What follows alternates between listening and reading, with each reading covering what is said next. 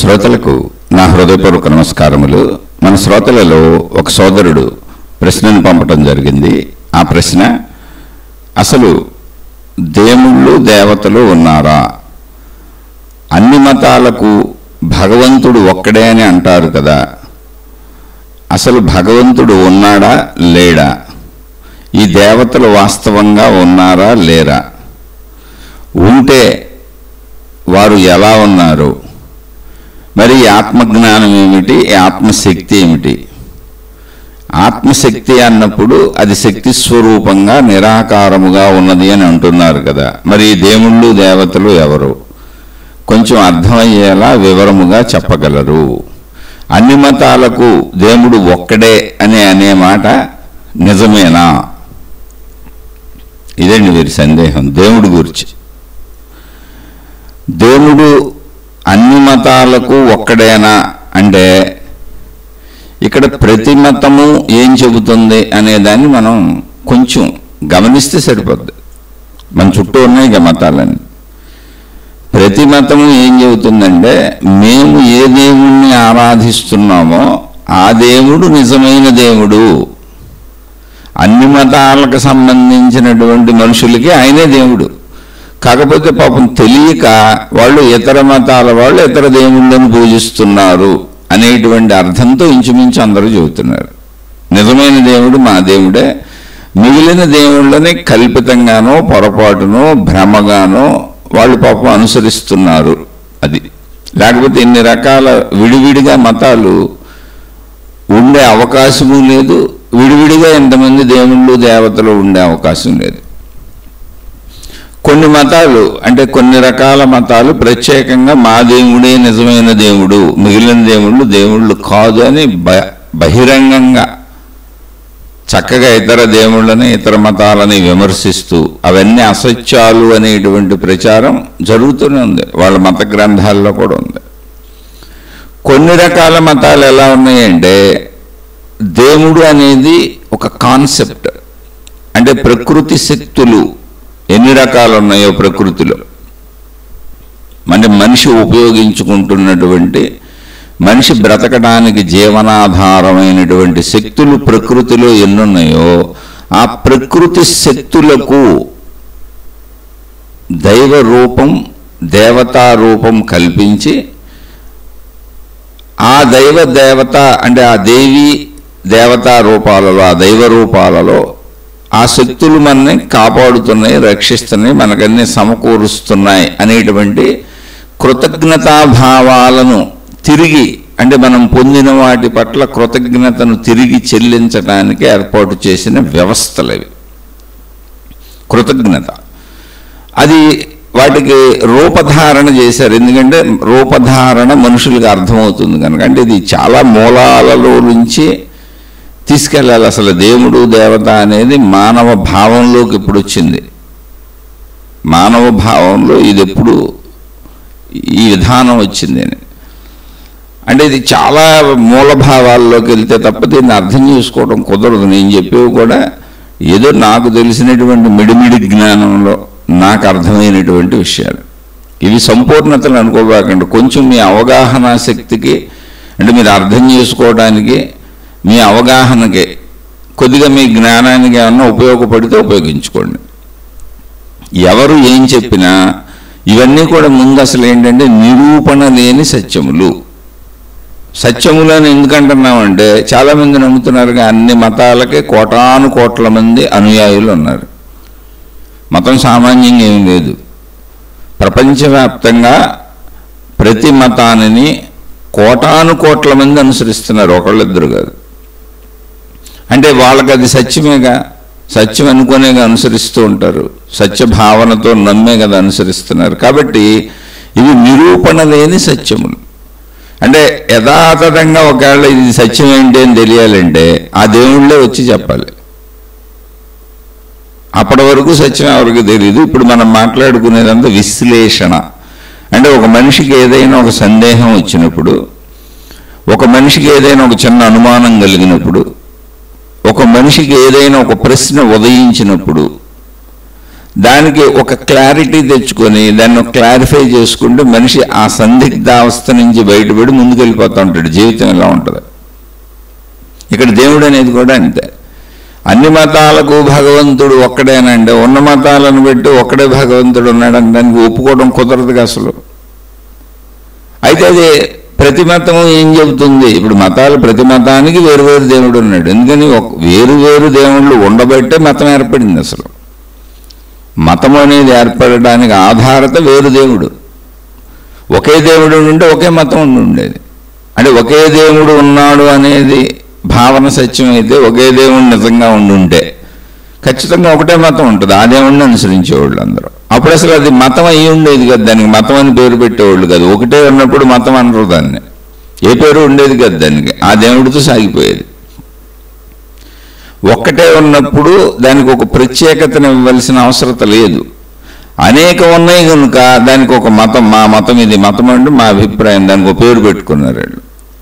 పెట్టుకొని ఈ దేవుడు మా దేవుడు, ఈ ఆచార సాంప్రదాయాలు మా. ఎందుకని భిన్నత్వం ఉంది అక్కడ. భిన్నత్వం ఉన్న చోటే పేర్లు వస్తాయి, నామరూపాదులన్నీ వస్తాయి, ఆచార వ్యవహారాలన్నీ వస్తాయి, సాంప్రదాయాల పద్ధతులన్నీ వస్తాయి. ఎందుకని ఇవన్నీ భిన్నత్వం, వేరు వేరుగా ఉన్నది అర్థం చేసుకోవాలి మనం.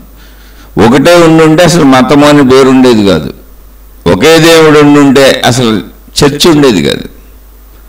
మొత్తం ఆ ఉన్నదంతా సాగిపోవడం అంతే. ఇప్పుడు గాలి ఉంది, అందరికీ గాలి అవసరం. చూడండి, మనం పీల్చుకుంటానే ఉంటాం, కానీ గాలి గురించి అసలు పట్టించుకోం మనం. దాని అందులోది లోపలికి వెళ్తే దాని అందులోది బయటకు వస్తుందా, లేదా మనమే పీలుస్తున్నామా? మొత్తానికి రెండు జరుగుతున్నాయి. పరిశీలించినప్పుడు మనమే పీల్చినట్టు ఉంటుంది. పరిశీలించినప్పుడు అంటే ఇప్పుడు నిద్రపోయాం, ఎవరు పీల్చారంటే దాని అందులోది లోపలికి వస్తుంది. అలా మనం నిత్యం పనులు చేసుకుంటున్నాం, దాని అందులోది లోపలికి వస్తుంది. ఎందుకని మన ధ్యాస వేరే పని మీద ఉంది. అయినా గాలి లోపలికి పీల్చడం వదలటం ఆగట్లేదు అసలు. అలాగే సూర్యరశ్మి, ఏం చర్చించింది దాని గురించి? సూర్యోదయం అయింది, సూర్య వెలుగులో పనులు చేసుకుంటాం. సూర్యాస్తమయం అయింది, చీకటి వస్తుంది తెలుసు. ఇప్పుడు ఎలక్ట్రిసిటీ తయారు చేసుకున్నాం కానీ లైట్లు వేసుకొని మన పనులు చూసుకొని పనులైనాక పడుకుంటాం, లెగిస్తాం. నిద్ర వచ్చింది, పడుకుంటాం, లెగిస్తాం. ఇవేమి మనకు అనుమానాలు కల్పించవు. ఇప్పుడు ఈ సూర్యుడు ఏంటి, ఏ మతపు సూర్యుడు అని అనుమానం రాదు. ఈ గాలి ఏ మతపు గాలి అని అనుమానం రాదు. మనం నివసించే భూమి ఏ మతపు భూమి అని అనుమానం రాదు. మన చుట్టూ ఉన్న చెట్లు, అవి పండించే ఆహార పదార్థాలు, అవి తిని బతికే మనం, ఇవన్నీ ఏ మతానికి సంబంధించినవి అని అనుమానం రాదు. మరి చిత్రమైన విషయం ఏంటంటే ఈ మతపోళ్ళందరూ వీటిని వాడుకుంటారు చాలా జాగ్రత్తగా. అంటే మన మతపరమైనటువంటి విజ్ఞానము అజ్ఞానము రెండు తెలుసుకోవాలి మనం ఎటువంటి విజ్ఞానంలో ఉన్నాం, ఎటువంటి అజ్ఞానంలో ఉన్నాం. మనం కిరాణా కొట్టుకు వెళ్ళాం, ఒక సూపర్ మార్కెట్ కదా మనకు అవసరమైన వస్తువులకి. అక్కడ ఫలానా మతం వారు తయారు చేసిన వస్తువులు అని ఉండదు, ఆ కంపెనీ పేరు ఉంటుంది అంతే. మా మతం వాళ్ళు తయారు చేసినవే మేము తింటాం, మా మతం వాళ్ళు తయారు చేసినవి మేము కట్టుకుంటాం, మా మతం వాళ్ళు తయారు చేసినవే మేము అనుభవిస్తాం, మా మతం వారివే మేము స్వీకరిస్తాం, మిగిలినవి స్వీకరించము అని ఎవరు చెప్పరు. నిత్యావసరాలకి అసలు మతంతో పని లేదు. బతుకుతున్న భూమి, పీల్చుకుంటున్న గాలి, సూర్యుడు, వీటికి ఏమీ మతంతో పని లేదు. తినే తిండి, కట్టుకునే బట్ట, మిగిలిన ఏ అవసరాలకి మతంతో పని లేదు. కేవలం ఊరుకునే భావనలో దేవుడికి మతం వచ్చిందంతే. మీరు ఆలోచించండి, చూసుకోండి. ఇప్పుడు దాన్ని ఎక్కడ ఆపాదించుకుంటామంటే నాకు ఆపాదించుకుంటాను, అంటే నా శరీరానికి. మళ్ళీ నా శరీరం బ్రతకడానికి అవసరమైన వినియోగ వస్తువులకు ఆలోచించను. ఇప్పుడు నేను ఓ పిన్నిస్ కొనుక్కుంటున్నాను అనుకోండి, నా మతం వాళ్ళదే కాదో ఆలోచించను. ఎందుకంటే అది నా దేవుడిదే కాదో తెలియదు. నా మతం వాళ్ళు తయారు చేస్తే కదా నా దేవుడిది అవుతుంది. అది కాదు, అది ఏ మతం వాళ్ళు తయారు చేసినా పర్వాలా, వాళ్ళు ఏ దేవుడిని నమ్మినా పర్వాలా, వాళ్ళు ఏ దేవుడికి నమస్కారం పెట్టి ఏ దేవుడిని పూజించి దాన్ని తయారు చేసినా నాకు వచ్చిన ఇబ్బంది ఏం లేదు. మరి ఏంటి ఇబ్బంది? వీటన్నిటికీ లేదా పిన్నీసులకి, సూదులకి, బ్రతకే వస్తువులకి కోటాను కోట్ల విషయాలు నువ్వు ప్రాపంచికంగా అనుభవిస్తున్నావు.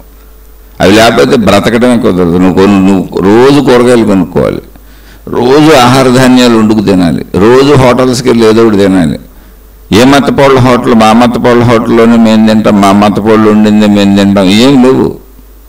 వ్యాపారస్తులు ఎవరు ఏమీ లేవు. అన్ని మతాల వాళ్ళు వ్యాపారాలు చేసుకుంటారు, మళ్ళీ అన్ని మతాల వాళ్ళు వెళ్ళి ఆ షాపుల్లో కొనుక్కుంటారు, అన్ని మతాల వాళ్ళు అన్నీ చేస్తూ ఉంటారు, అన్ని వస్తువులు అందరూ తెచ్చుకుంటారు.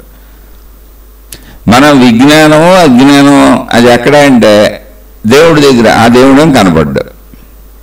ఒక మతం పేరు పెట్టుకున్నాం, ఒక ఆచారం పేరు పెట్టుకున్నాం, ఒక సాంప్రదాయం పేరు పెట్టుకున్నాం. ఎక్కడ దేవుడి పేరు మీద విడిపోయాం మనం ఇంతకీ మనుషులు. చాలా చిత్రం. అసలు దేవుడు ఉన్నాడో లేడో కానీ ఆ దేవుడి పేరు మీద మాత్రం విడిపోవటం అనేది ఉంది. ఆ దేవుడి పేరు మీద విడిపోయాం. మతం పేరు మీద. మతం అంటేనే విడగొట్టేది. మతం అంటే ఏంటి? విడగొట్టేది. ఆ మతం విడగొడుతుంది. మనం ఎలాంటి బట్టలు కట్టుకున్నాం, మనం గెడ్డాలు ఎలా పెట్టుకున్నాం, మనం మీసాలు ఎలా పెట్టుకున్నాం, మన దుస్తులు ఎలా వేసుకున్నాం. వాళ్ళు ఫలానా రంగులు పెట్టుకున్నారు కంటే మనం ఫలానా రంగులు పెట్టుకున్నాం. ఇంకొకళ్ళు ఎవరో బొట్లు పెట్టారు కంటే మనం బొట్లు తీసేద్దాం, లేదా ఇంకోళ్ళు ఎవరో బొట్లు తీసేశారు కంటే మనం బొట్లు పెడదాం. అలా రకరకాలుగా ఆచార సాంప్రదాయాలన్నీ విభిన్నంగా తయారు చేసుకున్నాం. ఎందుకేంటి? అది ఏమీ లేదు. మన శరీరం పైన, శరీరం లోపలికి అవసరమయ్యే శరీరాన్ని బ్రతికించే ఇంట్లో అవసరమైన మొత్తం గృహోపకరణాలు, వినియోగ వస్తువులు అన్నీ ఎవరు ఏ మతమైన పర్వాలే, ఏ దేవుడైనా పర్వాలే. ఎందుకని అలా లేకపోతే సాగదు. ఇక్కడ మన విజ్ఞానమో అజ్ఞానమో ఎవరికి వాళ్ళే చూసుకోవాలి. ఇప్పుడు నా మత పోలయే నేను వాడుకుంటాను అంటే ప్రపంచవ్యాప్తంగా నీకు అన్ని వస్తువులు నీ ఇంటికి రావు. అసలు అన్ని వస్తువులు రావు నీ ఇంటికి. ఇప్పుడు నువ్వు కట్టుకునే బట్టల నుంచి, తినే తిండి నుంచి, వేసుకునే చెప్పుల నుంచి, వాడుకునే పిన్నీసులు, గుండు సూదులు కాడి నుంచి, నువ్వు ఎక్కే బస్సులు, రైళ్లు, విమానాలు ఏవైనా సరే ఏ మతంకి సంబంధించినవి అంటే ఏం లేదు.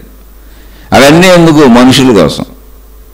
మనుషులందరూ వాడేసుకుంటున్నారు. సత్యం అది. అక్కడ మతం లేదు, దేవుడు లేడు. అంటే అవసరాలకి మతం లేదు, దేవుడు లేడు. కానీ జీవించటానికి మొత్తానికి నాకు పులి వేసుకున్న మతాన్ని దేవుణ్ణి. ఎంత ఆశ్చర్యంగా ఉందో చూడండి.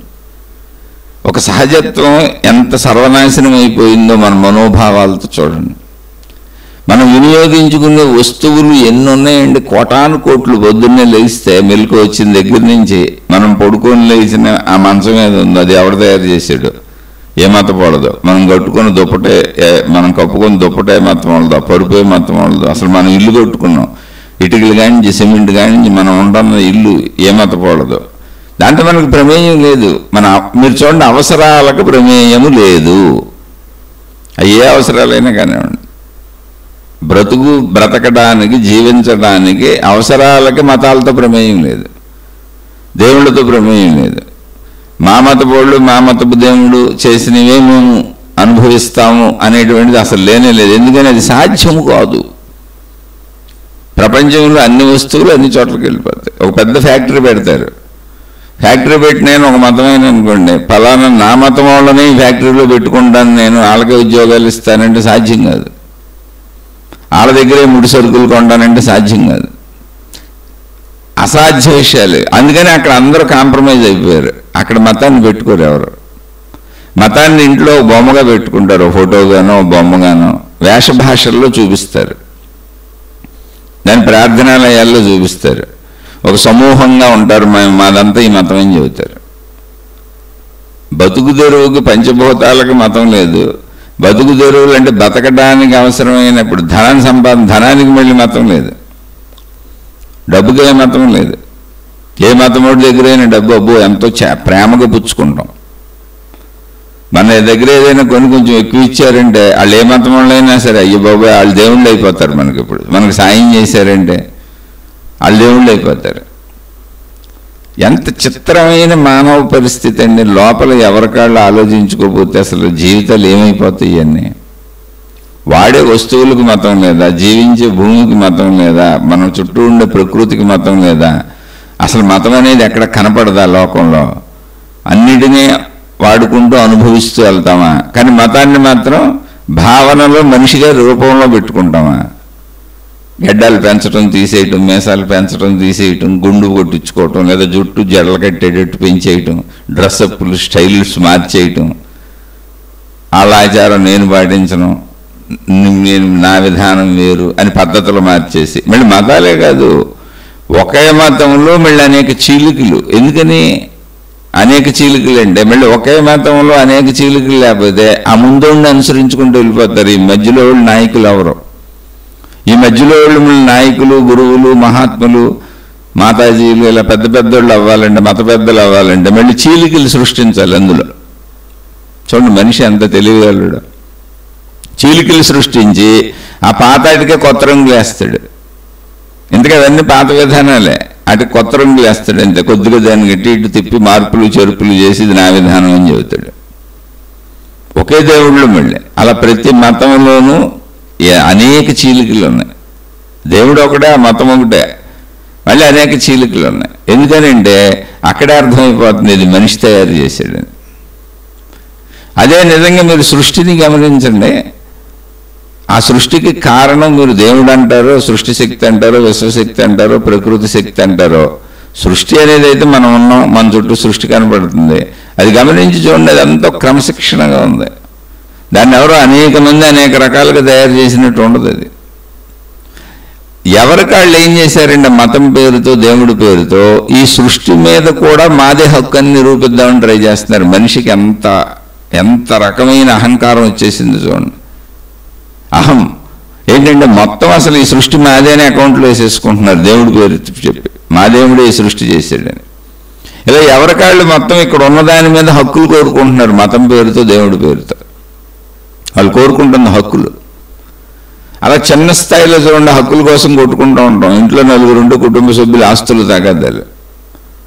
నా మాట ఎన్న వాళ్ళకి ఆస్తులు ఇస్తాను, లేదా నేను ఆస్తులు ఇవ్వను అంటాడు ఇంటి పెద్ద. నా మాట ఎన్నోళ్ళకి ఇస్తాను, వినోళ్ళకి ఇవ్వను. ఎప్పుడు ఒక రకమైన గుత్తాధిపత్యం కావాలి. ధర్మం ఎప్పుడు చచ్చిపోయింది. అది ధర్మాన్ని మళ్ళీ నేను నడుపుతున్నట్టు చెబుతారు. అందుకని ఎవరికి వాళ్ళు దాన్ని విజ్ఞానంతో ఆలోచించాలి. అదే ఆత్మజ్ఞానం, ఆధ్యాత్మిక చదువు అంటే. ఆధ్యాత్మిక చదువు అనేది ఒక సెల్ఫ్ ఎనాలిసిస్, ఒక సొంత విశ్లేషణ, నాలో జ్ఞానంతో ఆలోచించడం. దేవుడని, మతమని ఆ దేవుడికి సంబంధించి ఒక రంగులు పెట్టేసుకొని, ఆ బట్టలు కట్టేసుకొని, ఆ విధానాలు పెట్టేసుకొని, ఆచార సాంప్రదాయాలు పెట్టేసుకొని ఈ ఊరు ఇంటా బయట రచ్చరచ్చ చేస్తూ తిరిగేసే మనం మరి వాడుకునే వస్తువుల దగ్గర దేవుడు లేడండి. నీ మతం వాళ్ళు తయారు చేసిన వస్తువులే వాడుకో. నీ కోటాను కోట్ల వస్తువులు కావాలి పొద్దున్న నుంచి లేచిన దగ్గర నుంచి రాత్రి వరకు. మరి అక్కడ వెళ్ళి మతం వస్తువులు ఎందుకు వాడుకో? మిగిలినంత గోలగోలు చేసేస్తావుగా. ఏ మతం వాళ్ళు ఆ మతం వాళ్ళని తిడతారు, ఆ మతం వాళ్ళు ఏ మతం వాళ్ళని తిడతారు. అంటే వస్తువుల దగ్గర అది సాధ్యం కాదు. అందుకని సాధ్యంగా అని చెప్పి వదిలేసాం దాన్ని. మనం ఎంత గొప్ప వాళ్ళని చూడండి. మరి మన దేవుడిని అడగండి, మీ దేవుడిని మీరు అడగండి. ఏ మతపోళ్ళు ఆ మతపోళ్ళు, మీ దేవుళ్ళు మీ దేవతలను అడగండి. మన వస్తువులన్నీ మన బ్రాండ్లు మనమే తయారు చేసుకుందాం, వాళ్ళతో మనకు గొడవ ఏంటి? అడగండి మీ దేవుడిని. చాలామందికి దేవుళ్ళు కనపడుతున్నారని చెబుతారు, ఊగిపోతూ ఉంటారు. దేవుళ్ళ పేరు మీద మహిమలు, మాయలు, సభలు పెడతా ఉంటారు. అప్పుడు వస్తువులు కూడా మీరే తయారు చేసుకోండి. నేను అసలు ఏ మతాన్ని కాదంటలా, ఎవరి మతం వాళ్ళు వాళ్ళే తయారు చేసేసుకోండి. ఇప్పుడు మతాల పేరుతో విడిపోయారు, దేవుళ్ళ పేరుతో విడిపోయారు. ఆ విడిపోయింది బయట వేష రూపాల్లో చూపిస్తున్నారు. మా వేషాలు ఇవి, మా మతంలో మా దేవుళ్ళు, మా రూపాలు ఇలా ఉంటాయి, మా బట్టలు ఇవి, మేము ఈ దేవుడికి అంకితం అయిపోయిన వాళ్ళం, ఇలాంటి బట్టలు వేసి తిరుగుతాం, ఈ రంగులు మాయి. అప్పుడు వేరే వాళ్ళు ఈ రంగులు మీ అయితే ఈ రంగులు మాయ అని కొత్త రంగులు పెట్టుకున్నారు, ఆపోజిట్ రంగులు. అలా ఎవరికాళ్ళు రంగులు పెట్టుకున్నారు, రుచులు పెట్టుకున్నారు, వాళ్ళ విధానాలు పద్ధతులు పెట్టుకున్నారు, ఆచార సాంప్రదాయాలు పెట్టుకున్నారు. రుచులు అంటే అభిరుచులు, తినేవి కాదు. వాళ్ళ లివింగ్ స్టైల్స్ అంటే వాళ్ళ రూపురేఖల స్టైల్స్ తయారు చేసుకున్నారు. వాళ్ళు వేసుకునే బట్టలకి రకరకాల రంగులు అద్దేశారు. మరి వస్తువులు ఎందుకు అన్నీ అవే వాడుకుంటారు. మీ దేవుడిని సపరేట్ మీకు గాలి ఇమ్మనండి, కుదురుతుందా? కుదరదు. సపరేట్ మీ దేవుడు భూమి, కుదరదు. అందుకని ఏం చేశారు, ఈ మొత్తం భూమి సృష్టి మీద గుత్తాధిపత్యం అంతా మాదే అని చెప్పారు, మా దేవుడిదే అని చెబుతున్నారు. అక్కడ కొట్టుకు చేస్తున్నారు. ఎందుకని ముక్కలు చేసి విడిపోవడం కుదరదు. గాలిని విడివిడిగా పీల్చుకుంటే కుదిరి ఛాన్స్ ఉండి చేసుకునేవాళ్ళే. కుదిరింది ఎక్కడ కుదిరింది? బట్టల రంగులు మార్చుకోవచ్చు, మా మతానికి రంగులు పెట్టుకోవచ్చు, మొత్తం బయట వేషధారణ మార్చుకోవచ్చు, జుట్టు నుంచి మొదలుపెట్టి కాలు వరకు.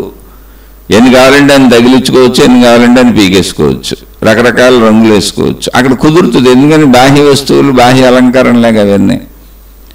కానీ లోపలికి వచ్చేటండి శరీరానికి అవసరమైన స్వీకరించేటప్పుడు లేదా ధరించేటప్పుడు ఆహార పదార్థాలు కానీ అవసర వస్తువులు కానీ ఇంట్లో గృహోపకరణ వస్తువులు కానీ కట్టుకునే బట్టలు కానీ వేసుకునే చెప్పులు కానీ వీటికి కుదరదు. అలాగే నడిచే భూమిని మొక్కలు చేసుకోవడం కుదరదు, అది ఏకంగా ఉంది. సృష్టిని దేన్ని కూడా మార్పు చేయటం మనిషి వల్ల కాదు, అందులో ఒక ధూళి కణం. అందుకని కుదిరిన చోట మతం అంటాడు, కుదిరిన చోట దేవుడు అంటాడు, కుదిరిన చోట దేవత అంటాడు, కుదిరిన చోట గురువు అంటాడు, కుదిరిన చోట మాతాజీ అంటాడు, కుదిరిన చోట ఆచార సాంప్రదాయాల పద్ధతులు అంటాడు. కుదరనయన్నీ అందరితో పాటు కలిసి అనుభవించేస్తాడు. ఒక ఆర్టీసీ బస్సు మూసుకొని ఎక్కి కూర్చొని వెళ్ళిపోతుంటారు అందరూ. ఎందుకు నా మతం వాళ్ళ బస్సుల్లోనే వెళ్తానంటే అసలు నీకు బస్సు దొరకదు, ఎప్పటికే చచ్చూరుకుంటాడు ఎవరికాడు. నా మతం వాళ్ళ విమానం ఎక్కుతాను, నా మతం వాళ్ళ హాస్పిటల్కి వెళ్తాను, నా మతం వాళ్ళ మందులే వాడతానంటే డబా డబా డబా చచ్చిపోవటమే. ఎందుకని ఆ మందులు అన్ని మతాల వాళ్ళు తయారు చేస్తుంటారు. మందులు మనుషులు తయారు చేస్తారు, డాక్టర్లు మనుషులు ఉంటారు, అక్కడ మనుషులుగా ప్రవర్తిస్తారు. చూడండి ఎంత చిత్రమైంది. బతకటానికి మనిషిగా ప్రవర్తిస్తాడు, దేవుడి దగ్గరికి వచ్చేటప్పటికి మాత్రం మతము దేవుడు అంటాడు. అది అసలు బతుకు సంబంధం లేని విధానం అదంతా. ఇప్పుడు నువ్వు పూజించకపోయినా బతకొచ్చు, పూజించినా బతకొచ్చు, నీకు మతం ఉన్నా బతకొచ్చు, మతం లేకపోయినా బతకొచ్చు, అసలు దేవుడితో సంబంధం లేకుండా కూడా బతకొచ్చు. నాస్తికులు బతుకుతున్నారు, వాళ్ళకి దేవుడితో సంబంధం లేదు, వాళ్ళు మతాలు లేవు అని చెబుతారు, అబద్ధాలు అసత్యాలు మోసాలు అని చెబుతారు. నాస్తికులు, హేతువాదులు, మానవవాదులు ఇలా బోల్డ్ సంస్థలు ఉన్నాయి. వాళ్ళు పాపం ప్రజల్లోకి అవేర్నెస్ తీసుకొద్దామని ప్రయత్నిస్తున్నారు, కొట్టుకు సోవబాకండి, అలా విడిపోబాకండి, అలా మొక్కలు అయిపోబాకండి అని.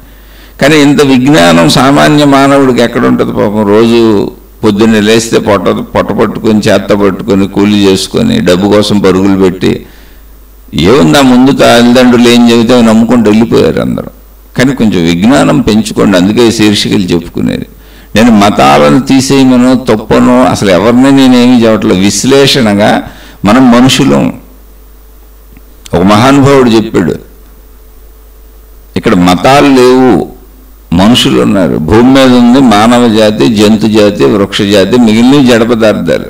ఇది యథార్థం. ఆ జడ పదార్థాలు కూడా వాడుకుంటాం మనం. ఇప్పుడు రాళ్ళు రప్పలు, కొండలు గుట్టలు, నదులు, సముద్రాలు అన్నీ వాడుకుంటాం కదా మనం, అవన్నీ ఉపయోగించుకుంటాం. అవి మన ఉపయోగం కోసం ఉన్నాయి. ఇక్కడ జాతులుగా తీసుకుంటే ఏం చెప్పాలి? జడ పదార్థాలను జాతిగా చెప్పలేం, ఎందుకంటే వాటికి సపరేట్ ఎంటిటీ లేదు, ఎవరైనా ఏదైనా వాడుకోవచ్చు. అవి వినియోగపడుతూ ఉంటుంది, అదంతా ప్రకృతి. అందులోనే ఉన్న మనం మనుషులు, మానవ జాతి. జాతి అంటే అలా చెప్పుకోవాలి, మానవ జాతి, వృక్ష జాతి, జంతు జాతి కనపడుతున్నాయి కళ్ళ ముందు. మిగిలినవి అంటే జడ పదార్థములు అన్నాం, అది కూడా జాతి, జడ జాతి అనుకోవచ్చుపోయినది. జడమంటే దానంతటా అది ఏమీ చేయలేదు, అలా ఉంటుంది, అది మనం ఉపయోగించుకోవచ్చు, వినియోగపడుతుంది. మనకంటే భిన్నంగా వృక్షాలు ఉన్నాయి కాబట్టి, మనుషుల్లాగా లేవు కాబట్టి, మనుషులందరూ ఒకలానే ఉన్నారు కాబట్టి మానవ జాతి అన్నారు. జాతి అంటే ఏంటి? అన్నీ ఒకలా ఉన్నవి, ఒకేలా ఉన్నాయి. ఇదంతా మానవ సమూహం. అందరికీ అవసరాలు ఒకటే, శరీరాలు ఒకటే, పద్ధతులు, విధానాలు, జీవన విధానం, పుట్టుకలు, చావులు అన్నీ ఒకటే. ఎప్పటికీ ఇది ఇలాగే ఉంటుంది. ఇది సత్యము. ఈ సత్యాన్ని అంగీకరించకుండా నువ్వు అసలు ఎందుకు మధ్యలో ఆ మనుషుల్ని ముక్కలుగా నరికేసే మతాన్ని నమ్ముతున్నావు, దేవుణ్ణి నమ్ముతున్నావు? నువ్వు జ్ఞానివా, అజ్ఞానివా, విజ్ఞానమా, అజ్ఞానమా, అది ఎవరికాళ్ళు నిర్ణయించుకోవాలి. పోనీ ఇదేదో విశాలత్వం అంటే కాదు, సత్యమే అది కదా. ఇది విశాల భావన కాదు, సత్యము. సత్యము నుంచి నిన్ను కుచించుకుపోయి ముడుచుకుపోయేలా చేశారు. మతం పేరుతో నిన్ను లిమిట్ చేశారు, మొత్తం మానవాళిగా ఆలోచించకుండా చేశారు, మానవ జాతిగా నిన్ను ఆలోచించకుండా చేశారు. మళ్ళీ దానికి దేవుడిని తయారు చేశారు, ఆ దేవుడి పేరు మీద మహిమల మాయలు తయారు చేశారు. ఈ సృష్టి మొత్తం ఆ దేవుడు ఎలా తయారు చేశాడో పుస్తకాలు రాశారు, నమ్మించేశారు. ఒక సామాన్యుడు ఉన్నాడు బాబు, నమ్మించేశారు. వీడు నమ్మాడు అంటే స్త్రీలైన పురుషులైన ఒక సామాన్యుడిగా ఎలా పుడతాం మనం? పసిబిడ్డలుగా పుడతాం. అసలు ఏమన్నా తెలుసా మనకి? పసిబిడ్డలుగా పుట్టిన ఎవరికైనా అసలు ఏమైనా తెలుసా? తల్లి పాలు తాగించకపోతే బిడ్డ చచ్చిపోద్ది అంతే. తన స్వతంత్రంగా పాలు తాగేటువంటి శక్తి కూడా లేని స్థితిలో పుట్టాం మనం. ఊపిరి దానంతటా అది లోపలికి వెళ్తుంది అంతే. ఇప్పుడు బిడ్డను బ్రతికించాలంటే తల్లిదండ్రులు ఉండాలి అక్కడ. దోమ కొడితే ఏం చేసుకోలేదు, చీమ కొడితే ఏం చేసుకోలేదు, ఆ బిడ్డ వల్ల ఏమీ కాదు. మలమూత్ర విసర్జనలు అక్కడే చేసుకుంటారు. ఏడవటం తప్ప ఏమీ చేయలేదు ఆ బిడ్డ. ఆ ఏడుపు ఏంటి? అది ఏడుపు కాదు, అదొక స్పందన. నాకు ఆకలిగా ఉంది, నన్ను చెమ కుట్టింది, నన్ను దోమ కుట్టింది అని ఒక అవేర్నెస్, అంటే నా పట్ల మీరు శ్రద్ధ చూపించండి అని ఒక సౌండ్ చేస్తుంది. ఆ సౌండ్ పేరు ఏడుపు. అంతే, ఏడుపు అని పెట్టాం మనం. అదొక సౌండ్, శబ్దం. అప్పుడు వచ్చిన శబ్దం, అప్పుడు తెలిసిన శబ్దం, అంతే. అక్కడి నుంచి ఇంక శబ్దాలు నేర్చుకుంటారు, అన్నీ నేర్చుకుంటారు. అటువంటి స్థితిలో, నిస్సహాయ స్థితిలో, ఏమీ తెలియకుండా పుట్టిన బిడ్డకి ఆ తల్లిదండ్రులు ఎవరో మనల్ని ఈ మతం, మనల్ని ఈ దేవుడని నేర్పుకుంటూ వచ్చారు.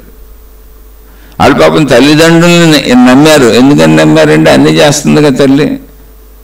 పాలిచ్చి, ఇప్పుడు లాలిచ్చి, అన్నీ చేసి ఏడవగానే పరిగెత్తుకొచ్చి ఎత్తుకొస్తుంది. చేస్తున్నప్పుడు చేస్తున్న వ్యక్తిని నమ్ముతారు కదా. అలా తండ్రి అన్నీ చేస్తున్నాడుగా, కాబట్టి వీళ్ళు నా వాళ్ళని సహజ నమ్మకం ఏర్పడుతుంది. ఎందుకని చేయటం వలన. అదే మీ బిడ్డని మీ ఇంట్లో పెట్టకుండా పుట్టగానే ఎవరికో ఇచ్చేసారు, పిల్లల్ని నమ్మేసుకుంటుంటారు చాలామంది. ఆ బిడ్డకి తెలియదు అసలు. ఇప్పుడు ఎవరికి, ఇప్పుడున్న మీ పిల్లలకైనా సరే అసలు వాళ్ళు మీ పిల్లలో కాదు, ఆ పిల్లలకు తెలుసా? మీరు మా పిల్లలు అన్నారు అంతే. మా దగ్గర ఒక ఆయన ఉండేవాడు, వాళ్ళు భార్యాభర్తలు చాలా సంవత్సరాలు మా దగ్గర ఉన్నారు. ఇక్కడ మా పక్కన ఇల్లు కట్టుకున్నారు. వాళ్ళకు ఒక అమ్మాయి ఉండేది, ఒకే అమ్మాయి. వాళ్ళు సుమారుగా ఒక 30-40 ఏళ్ళ నుంచి మాకు తెలుసు.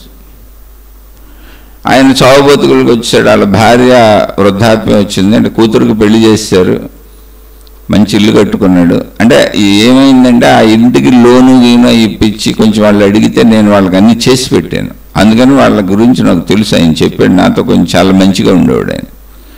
అయితే నాకంటే చాలా పెద్ద వయసు, నాకంటే ఒక 20 సంవత్సరాల వయసు ఆధిక్యత ఉంటుంది ఆయనకి. అయితే వాళ్ళు ఏదో మేమున్నామనే ఇక్కడికి వచ్చారు. అక్కడ ఇంటికి స్థలం అది కూడా మేమే ఇప్పించాం. అనేది రైల్వేలో చిన్న ఎంప్లాయ్ ఆయన. తెలిసిన వాళ్ళు, సరే మనం చేయగలిగిన సహాయం ఏమైనా చేయొచ్చు, పెద్ద విషయం అని చెప్పి కొంచెం అన్నీ ఏర్పాటు చేసి పెట్టాం. మేము బ్యాంక్ లోన్లు కావాలంటే తిప్పిప్పించాం. అదే మనం చేసింది ఓన్లీ మాట సాయం, చేత సాయమే. ఆయన డబ్బులు ఆయనే కట్టుకున్నాడు.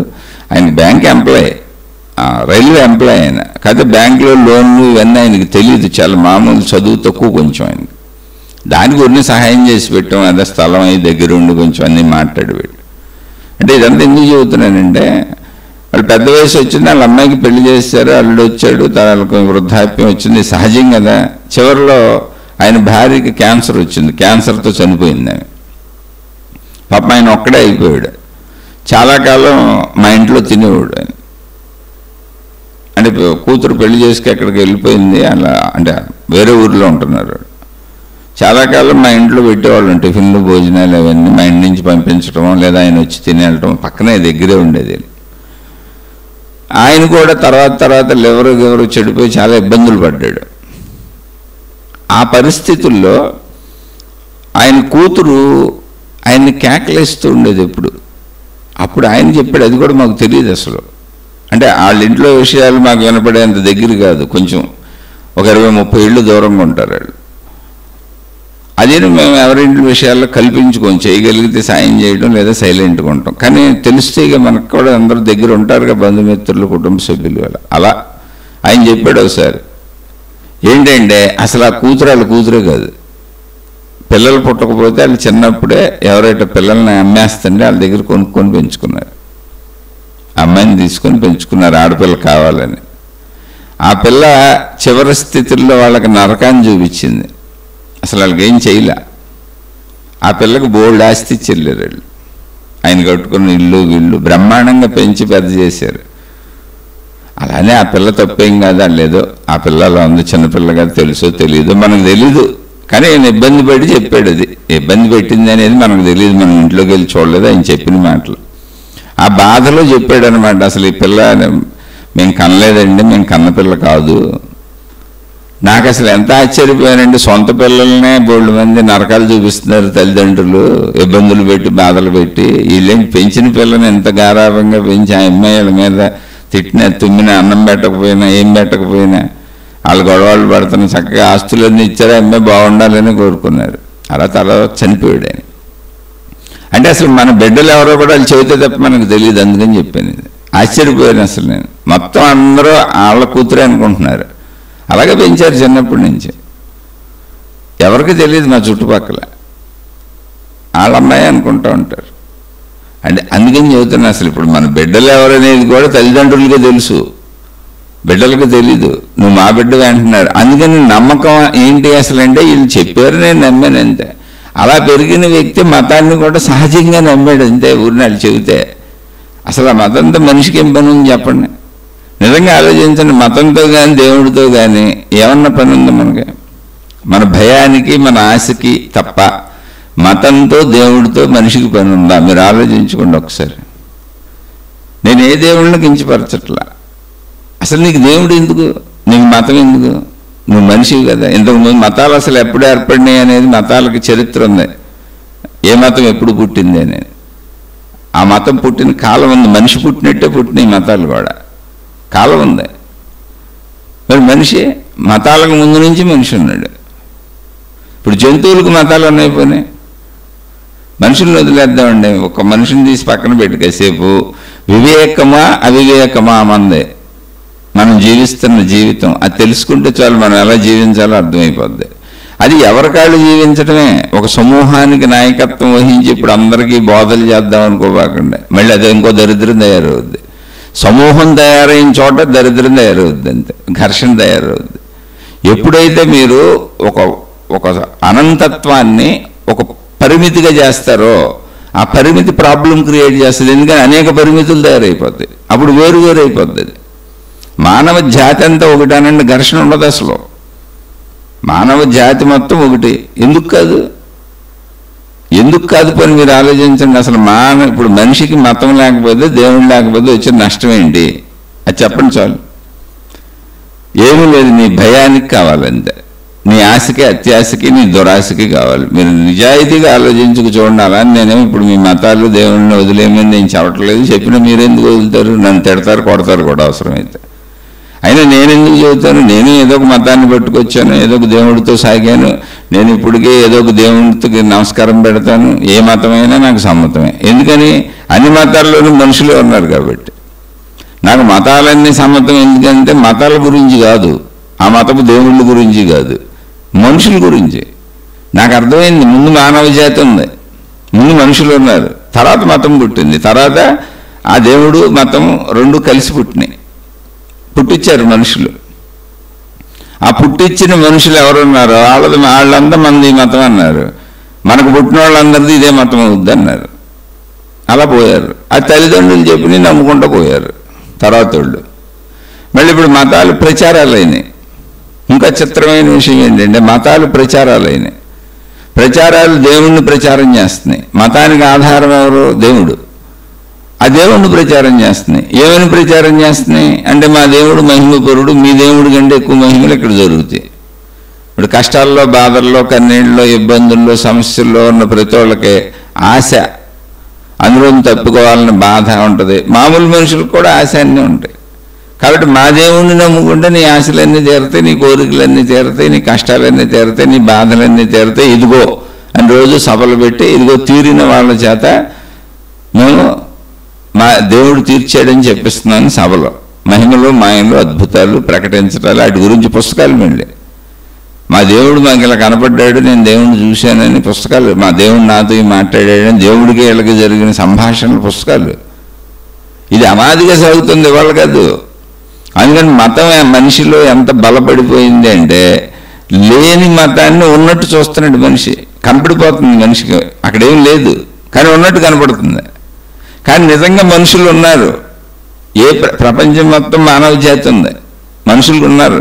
ప్రపంచం మొత్తం ఉన్న వినియోగ వస్తువులన్నీ మనం మత ప్రమేయం లేకుండా, దైవ ప్రమేయం లేకుండా, ఇది ఎవరు తయారు చేశారు, ఇది ఎవరికి సంబంధించింది అనకుండా వాడుకుంటున్నాం, తింటున్నాం, అన్నీ ఉన్నాయి. కానీ తినేటప్పుడు నా దేవుడి పేరు చెప్పి తిన్నానండి అంటే నా మతం దాని కింద చేసుకొని తిన్నాను దాన్ని. ఎంత చిత్రం అండి ఇది. బట్టలు కొనుక్కున్న బట్టల కొట్లో ఆ బట్టల కొట్టుకు మతం లేదు, బట్టలకు మతం లేదు. బట్టలు తయారు చేసింది ఎవరో తెలియదు, వాళ్ళకి మతం లేదు. బట్టలు తయారు చేయడానికి అవసరమైన ముడి సరుకులు పండించింది ఎవరో నాకు తెలీదు, వాళ్ళు ఏ మతం వాళ్ళైనా, దాంతో అవసరం లేదు. అవి పండటానికి అవసరమైన భూమి, నేల, నీరు, పంచభూతాలు, వాటితో నాకు అవసరం లేదు, వాటికి మతం లేదు. మతం ఉంది ఎందుకు దేనికి మనిషికే. కానీ మనిషి మళ్ళీ ఈ మతాన్ని అన్నిటికీ ఉందని అంటకట్టేసాడు. గొత్తాధిపత్యం మా దేవుడిదని. అందుకని బట్టల కొట్లో కొనుక్కున్న బట్టలు ఏమున్నాయో అవి మా మతపు దేవుడి పేరు మీద ధరించా. బట్టల కొట్టుకు మతం లేదు, అన్ని మతాల వాళ్ళు వస్తారు, తలకు జత కొనుక్కెళ్ళిపోతారు. ఇప్పుడు ఒక 50-100 మతాలు ఉన్నాయనుకోండి, 100 మతాల వాళ్ళు 100 జతలు విడివిడిగా కొనుక్కెళ్ళిపోయారు. కొనుక్కెళ్ళిపోయి ఎవరికాళ్ళు ఆ మతపు దేవుడి దగ్గర పెట్టి భావన చేసేసుకున్నారు, ఇది నా మతపు దేవుడిది అని విడగొట్టేసుకున్నారు. ఎవరికాళ్ళు ఎప్పుడు నా మతపు దేవుడు బట్టలు వేసుకుంటున్నా, నా మతపు దేవుడు తిండే తింటున్నా, నా మతపు దేవుడు వస్తువులే వాడుకుంటున్నా, నా మతపు దేవుడు భూమి మీదే నడుస్తున్నా, నా మతపు దేవుడు గాలే పీల్చుకుంటున్నా. మన పిచ్చికి పరాకాష్ట ఇది. లేకపోతే విజ్ఞానమో అజ్ఞానమో ఎవరికాళ్ళు ఆలోచించుకోవటమే. అందుకని మతం అనేది ఏ పరిస్థితుల్లో ఎలా వాడుతున్నాం మనం దాన్ని మనం ప్రమాదంగా వాడుకుంటున్నామా లేదా మనకు ఉపయోగపడేలా వాడుకుంటున్నామా జాగ్రత్తగా గమనించుకుంటే అసలు ముందు మతం ఉందో లేదో అనేది తెలుసుకుంటే ఈ మతాలకు సంబంధించిన దేవుళ్ళు ఉన్నారో లేదో తెలుస్తుంది. మతాలు మనుషులు సృష్టించుకున్నారు. ముందు ఇప్పుడు జంతువులు ఉన్నాయి, జంతువులకి ఏ మతం అని చెప్పండి. జంతువులు ఏ దేవుణ్ణి పూజిస్తున్నాయి, రోజు ఏ దేవుణ్ణి ప్రార్థిస్తున్నాయి ఆలోచించండి. చెట్లు ఉన్నాయి, భూమి మీద ఉన్నాయి, అన్నీ మరి ఏదో దేవుడికి చెందినవి అయి ఉండాలిగా.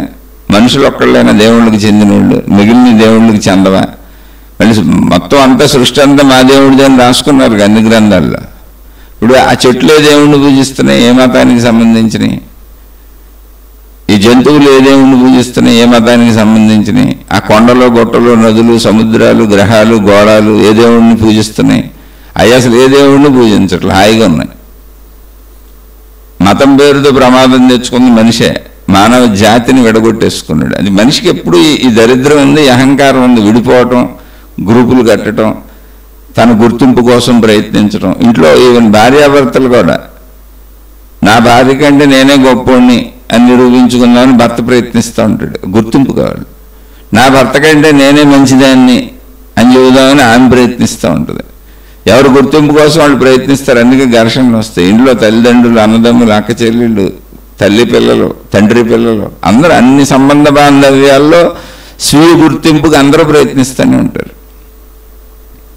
ఇది అజ్ఞానమా విజ్ఞానమా? అది ఆధ్యాత్మిక చదువు ఏం చెబుతుందంటే బల్క్గా సత్యాన్ని ఆలోచించమని చెప్పింది. అంతే. నీకు నువ్వే ఆలోచించి ఎవడో చెప్పేది ఏంటి? నువ్వు మనిషివాగా, నీకు బుర్ర ఉందిగా, నీకు తలకాయ ఉందిగా, ఆలోచించు. మానవ జాతి అన్నప్పుడు ఏంటి అంటే ఒక జాతికి సంబంధించినవన్నీ ఒకేలా ఉంటాయి, విధానం అది.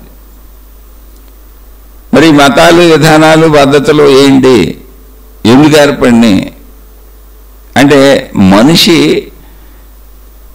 ఈ సృష్టికి ఆధారమైనటువంటి, అంటే సృష్టిని పరిశీలించినప్పుడు, అంటే తనతో సహా, అంటే మనుషులు పుట్టుకుంది, మనుషులు పుట్టక నుంచి పెరిగే విధానం ఉంది, చావు వరకు మనిషి జీవితం అంతా మనుషులకు తెలుసు కదా.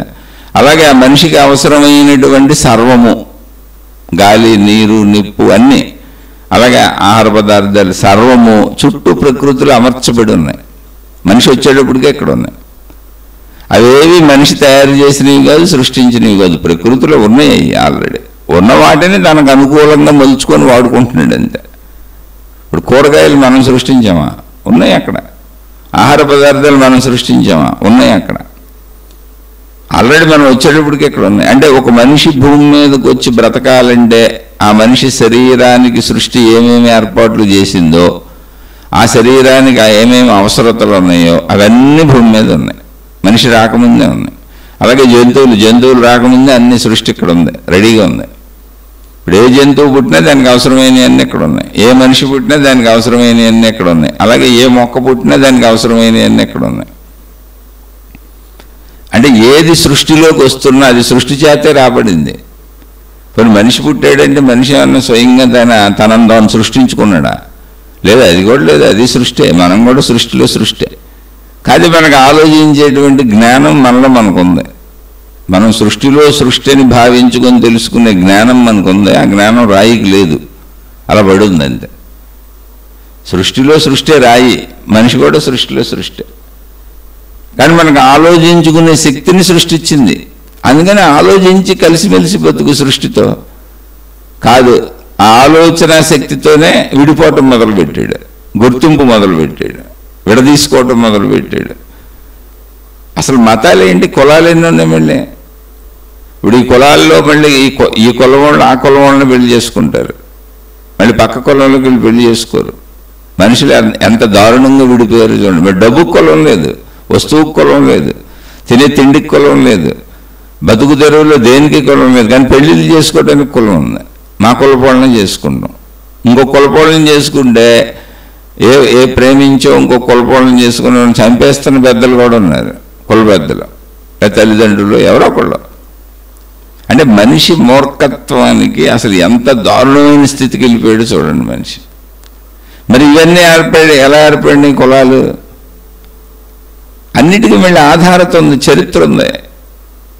మతాలు ఎలా ఏర్పడినాయి, కులాలు ఎలా ఏర్పడినాయి అనే చరిత్ర ఉంది. ఇప్పుడు కులాలు ఎలా ఏర్పడినాయి అంటే మనుషులు బ్రతుకు తెరువుకి పనులు చేయటం మొదలుపెట్టారు. ఎందుకని మనిషి ఎప్పుడైనా సరే మనిషి ఉన్నప్పుడు ఆహారం కావాలి.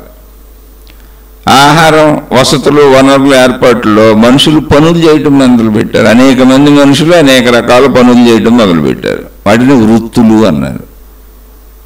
అలా వృత్తి పేరుతో కులం వచ్చింది అంతే, ఏం లేదు ఇక్కడ. మనకు స్టార్టింగ్లో ఇప్పుడున్న వస్తువులు లేవు. ఈ స్టీల్ సామాను, అనేక రకాల వాషింగ్ మిషన్లు అని ఇన్ని తయారు చేసుకున్నాం ఇప్పుడు మనం. అవేమి లేవు స్టార్టింగ్లో. రాతి యుగం అంటారు. అంటే ప్రకృతిలో ఉన్న రాళ్ళని, మట్టిని, ప్రకృతిలో ఉన్న సహజ వనరులని కొంచెం యథాతథంగా వాడుకొని మనిషి తయారు చేసుకున్నాడు. ఇప్పుడు కూడా మనం వాడుకుంటున్న వస్తువులను ప్రకృతిలోవే, కానీ ఇంకా అభ్యుదయంగా తయారు చేసుకున్నాం వాటిని. అప్పుడు ఉన్నది ఇంకా దగ్గరగా యథాతథంగా వాడుకున్నారు. రాళ్లతో రాళ్ళు కొట్టి నిప్పు పుట్టించారు. మనం ఇప్పుడు అగ్గిపుల్లలు తయారు చేసుకున్నాం. అది అగ్గిపుల్లలు తయారు చేసుకున్న కారణంగా అవసరమైన మెటీరియల్ ఇక్కడదే, భూమి మీదే. అప్పుడు అది ఇంకా కనుగొనబడాలి అంత ఈజీగా. డెవలప్మెంట్ అంటే అంతే, ఏం లేదు. ఇప్పుడు డెవలప్మెంట్కి సంబంధించిన వస్తువులు కూడా ఇక్కడయ్యే. కొత్తగా ఎక్కడి నుంచి చేస్తాడు మనిషి, అన్ని భూమి మీదయ్యే. కానీ అప్పుడు ఉన్న వాటిని యథాతథంగా, ఇప్పుడు రాళ్ళు కొండలు ఉన్నాయి, 2 రాళ్ళు కొట్టి నిప్పు సృష్టించారు. అసలు నిప్పు అలా సృష్టించవచ్చు అని మనిషికి ఎలా తెలిసింది అంటే ఏం లేదు. మంచి వేసవి కాలంలో అడవుల్లో కొమ్మ రాసుకొని, చెట్లు కొమ్మ రుద్దుకొని అక్కడ మంట స్టార్ట్ అయింది గాలికి. అది చూశాడు, అడవులు తగలడిపోతున్నాయి. ఓహో, ఈ చెట్టుకు సంబంధించిన ఈ కొమ్మలు రుద్దుకుంటే తొందరగా నిప్పు పడుతుంది అని గమనించాడు. ఇప్పుడు కూడా అనేక రకాల యజ్ఞయాగాదుల్లో ఆ చెట్టుకు సంబంధించిన వాటిని తెచ్చి వాటితోనే మీకు అగ్ని రగిల్చి అంటిస్తారు. అగ్గిపుల్లవి వాడరు. ఇప్పటికే ఆచార సాంప్రదాయాలు పాటించడం ఉంది. అంటే ఆ చెట్టుకి లక్షణం ఉంది. తర్వాత నిప్పు ఏదో సంఘటనల్లో రాయి మీద రాయేస్తే నిప్పు రవ్వలాగా రావటం ఇవన్నీ గమనించాడు. అలా గమనికలో తెచ్చుకున్నవి ఇవన్నీ.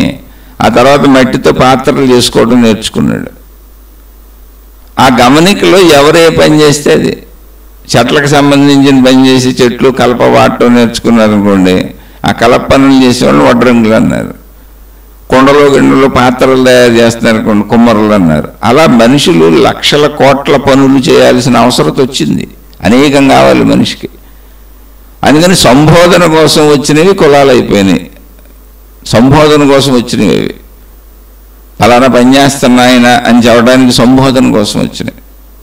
సంబోధన శాశ్వత నిజమైపోయింది మనకి.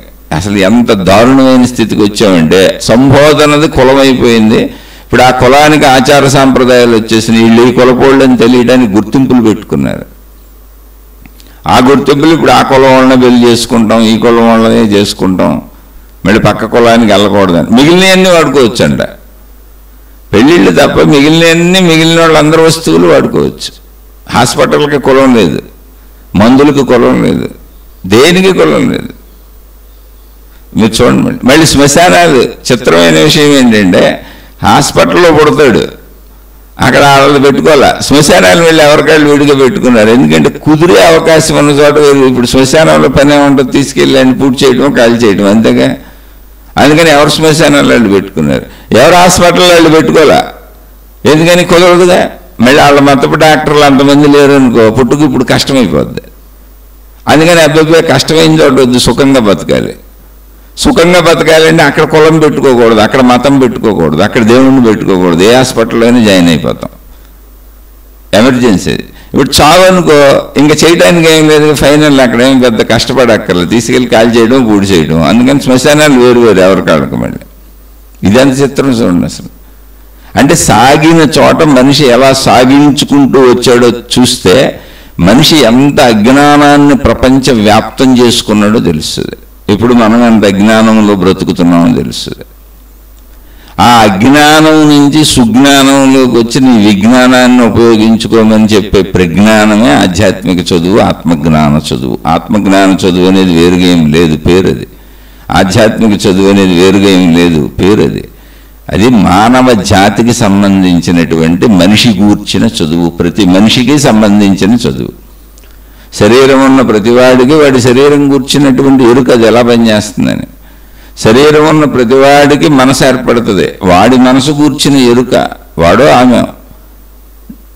నీ శరీరం కూర్చిన, నీ మనసు కూర్చిన, నీ శరీర మనస్సులకు ఆధారమై నిన్ను బ్రతికించి ఉంచిన నీ ప్రాణశక్తి కూర్చిన, నీలోని బుద్ధి కూర్చిన, అహంకారం కూర్చిన, అనేక పేర్లతో నీలో జరిగేటువంటి చర్యలు కూర్చినటువంటి చదువు నీ చదువు. ఇది కులమతాలకు అతీతమైంది. అందుకే దాన్ని ఆత్మజ్ఞాన చదువు అంతే. సృష్టి మొత్తానికి ఆధారమై ఉన్న శక్తి ఒక్కటే, ఏకశక్తి. దానికి ఒకటే పేరు పెట్టారు, ఆత్మశక్తి, బ్రహ్మము. ఏంటంటే లేదు, అది కూడా ఏదో మత పేర్లండి. ఆత్మశక్తి అనేది కూడా మళ్ళీ ఇంకో మతంలో పెట్టారు. అది మా మతంలో మేము ఆ పేరు వాడం. మేము మతంలో ఆత్మ బ్రహ్మము అనే పదం వాడం. మేము మా దేవుడు కొత్త పేర్లు పెట్టుకున్నాం. అంటే అందరికీ కలిపి ఒకటే పేరు, శక్తి, ఎనర్జీ. దాన్ని ఎవరు తీసేయటానికి లేదు. ఎందుకని అది మానవాళి పెట్టుకున్న సైంటిఫిక్ నేమ్, ఎనర్జీ, శక్తి. దాన్నే ఊరినే ఆత్మశక్తి, ఆత్మజ్ఞానం అని పూర్వీకులైనటువంటి వాళ్ళు, అంటే మతాలతో సంబంధం లేకుండా, దేవుళ్ళతో సంబంధం లేకుండా, కేవలం మనిషి కూర్చున్నటువంటి సత్యాన్ని తెలుసుకొని, అయ్యా మనిషిలో ఉన్న ప్రాణశక్తి, విశ్వశక్తి, సృష్టి శక్తి, ప్రకృతి శక్తి, మొత్తం సృష్టి అంతా ఉన్న శక్తి ఒకటే.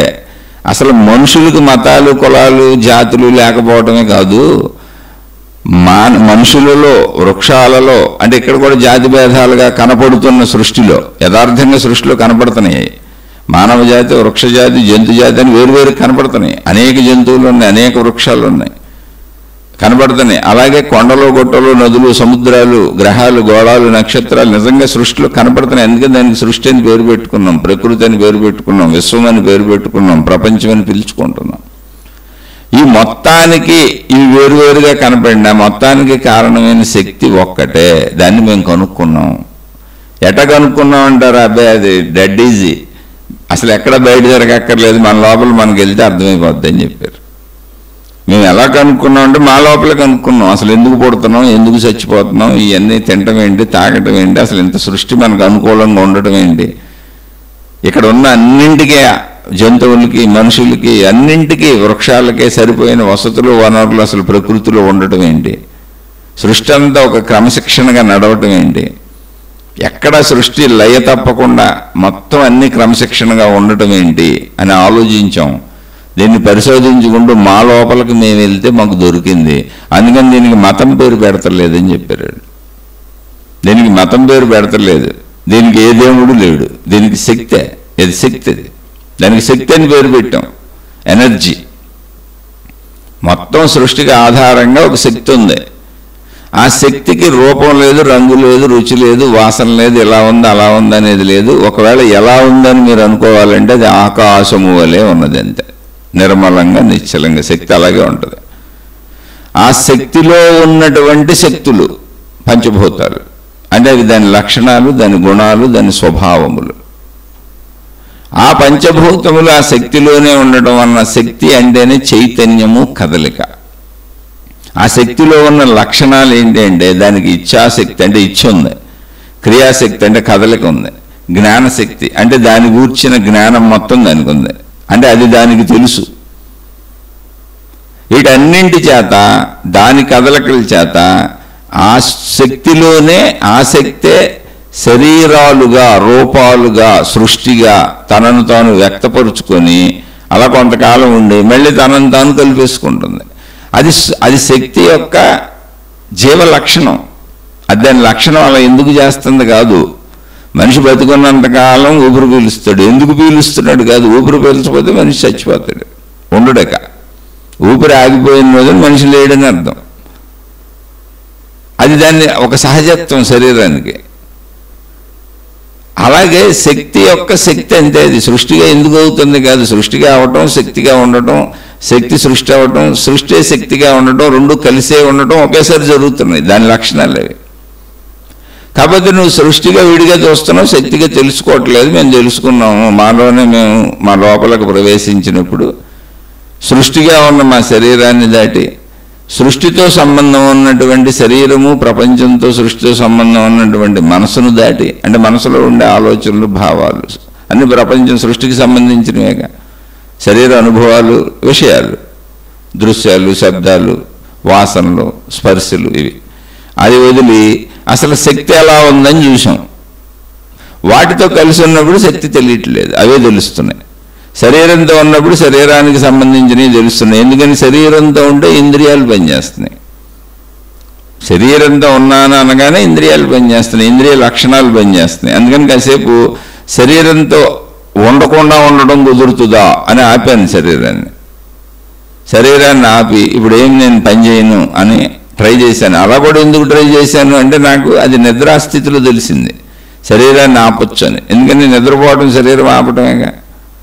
శరీరం ఆగేది నిద్రపోయాను. నిద్రపోయినాక మనసు కూడా ఆగిపోయింది. ఓహో, అంటే మనసు కూడా ఆపొచ్చు అని తెలిసింది. నిద్రాస్థితి నాకు సూచనలు ఇచ్చింది, సాధన ఎలా చేయొచ్చు. నా జీవితంలో విషయాలే నాకు నేర్పినాయి. ఎవరో వచ్చి నేర్పలే కొత్తగా. ఏ దేవుడు పుట్టుకురాలా నాకు నేర్పడానికి. నా జీవితమే నాకు నేర్పుతుంది. నిద్ర ఏం చెప్పిందంటే శరీరాన్ని ఆపొచ్చు, మనసును ఆపొచ్చు అని చెప్పింది. ఎందుకని ఈ రెండు ఆగితే నిద్ర వస్తుంది. ఈ రెండు కదులుతున్నంతసేపు నిద్ర రావట్లా. ఒకవేళ నిద్ర వచ్చి ఈ రెండు కదులుతున్నా, గాఢ నిద్ర వచ్చినప్పుడు ఈ రెండు ఆగిపోయి నిద్రలోకి వెళ్తున్నా. అంటే ఈ రెండు ఆగితే నిద్ర అయింది, ఈ రెండు కదిలితే మెలకువ అయింది. అప్పుడు నేను మెలకువలో ఈ రెండింటిని ఎందుకు ఆపలేనని ట్రై చేశా, శక్తి ఏంటో తెలుసుకుందాం. ఎందుకని చనిపోవటం మళ్ళీ నాకు శక్తి భావన అసలు ఎందుకు వచ్చిందంటే మనిషి చనిపోతున్నాడు.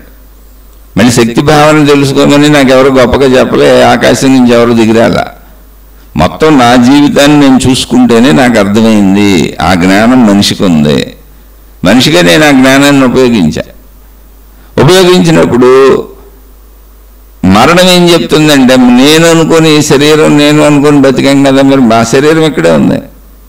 ఎవరో ఇదేంటి చచ్చిపోయాడు మనోడు, శరీరం ఇక్కడే ఉంది, మరి నేను కూడా నేను నా శరీరమే అనుకుంటున్నాను, మరి చచ్చిపోయి శరీరం కదలటం లేదు, చనిపోయాడు అంటున్నాను, మరి శరీరం అంతా ఇక్కడే ఉంది కదా, చనిపోయింది ఏంటి అని డౌట్ వచ్చింది. అప్పుడు ప్రాణం పోయింది అని ఊహించారు. ఎందుకని నాకు కనపడింది ఏదో పోయింది, ఇందులో కనపడేదంతా ఇక్కడే ఉందిగా. ఇప్పుడు అక్కడి నుంచి పరిశీలన మొదలుపెట్టా. అసలు ఉన్నదేంటి నాలో, ఆ పోయేదేంటి అంటే శరీరం నేను కాదన్నమాట అనే ఆలోచన ఒకటి వచ్చింది. ఎప్పుడైతే ప్రాణం పోయింది అన్న చనిపోయిన అవస్థ వచ్చిందో అక్కడి నుంచి శరీరం పాడైపోవటం మొదలుపెట్టింది, కుళ్ళిపోవటం మొదలుపెట్టింది, దుర్వాసన రావటం మొదలుపెట్టింది. శరీరం ఇంకా ఛిద్రమైపోతుంది, పురుగులు పడుతున్నాయి, ఇంకా దాన్ని చూసి భరించలేకపోతున్నాం. అందుకని కాల్చటం, పోడ్చటం అనేటువంటి అలవాటు చేసుకున్నాం.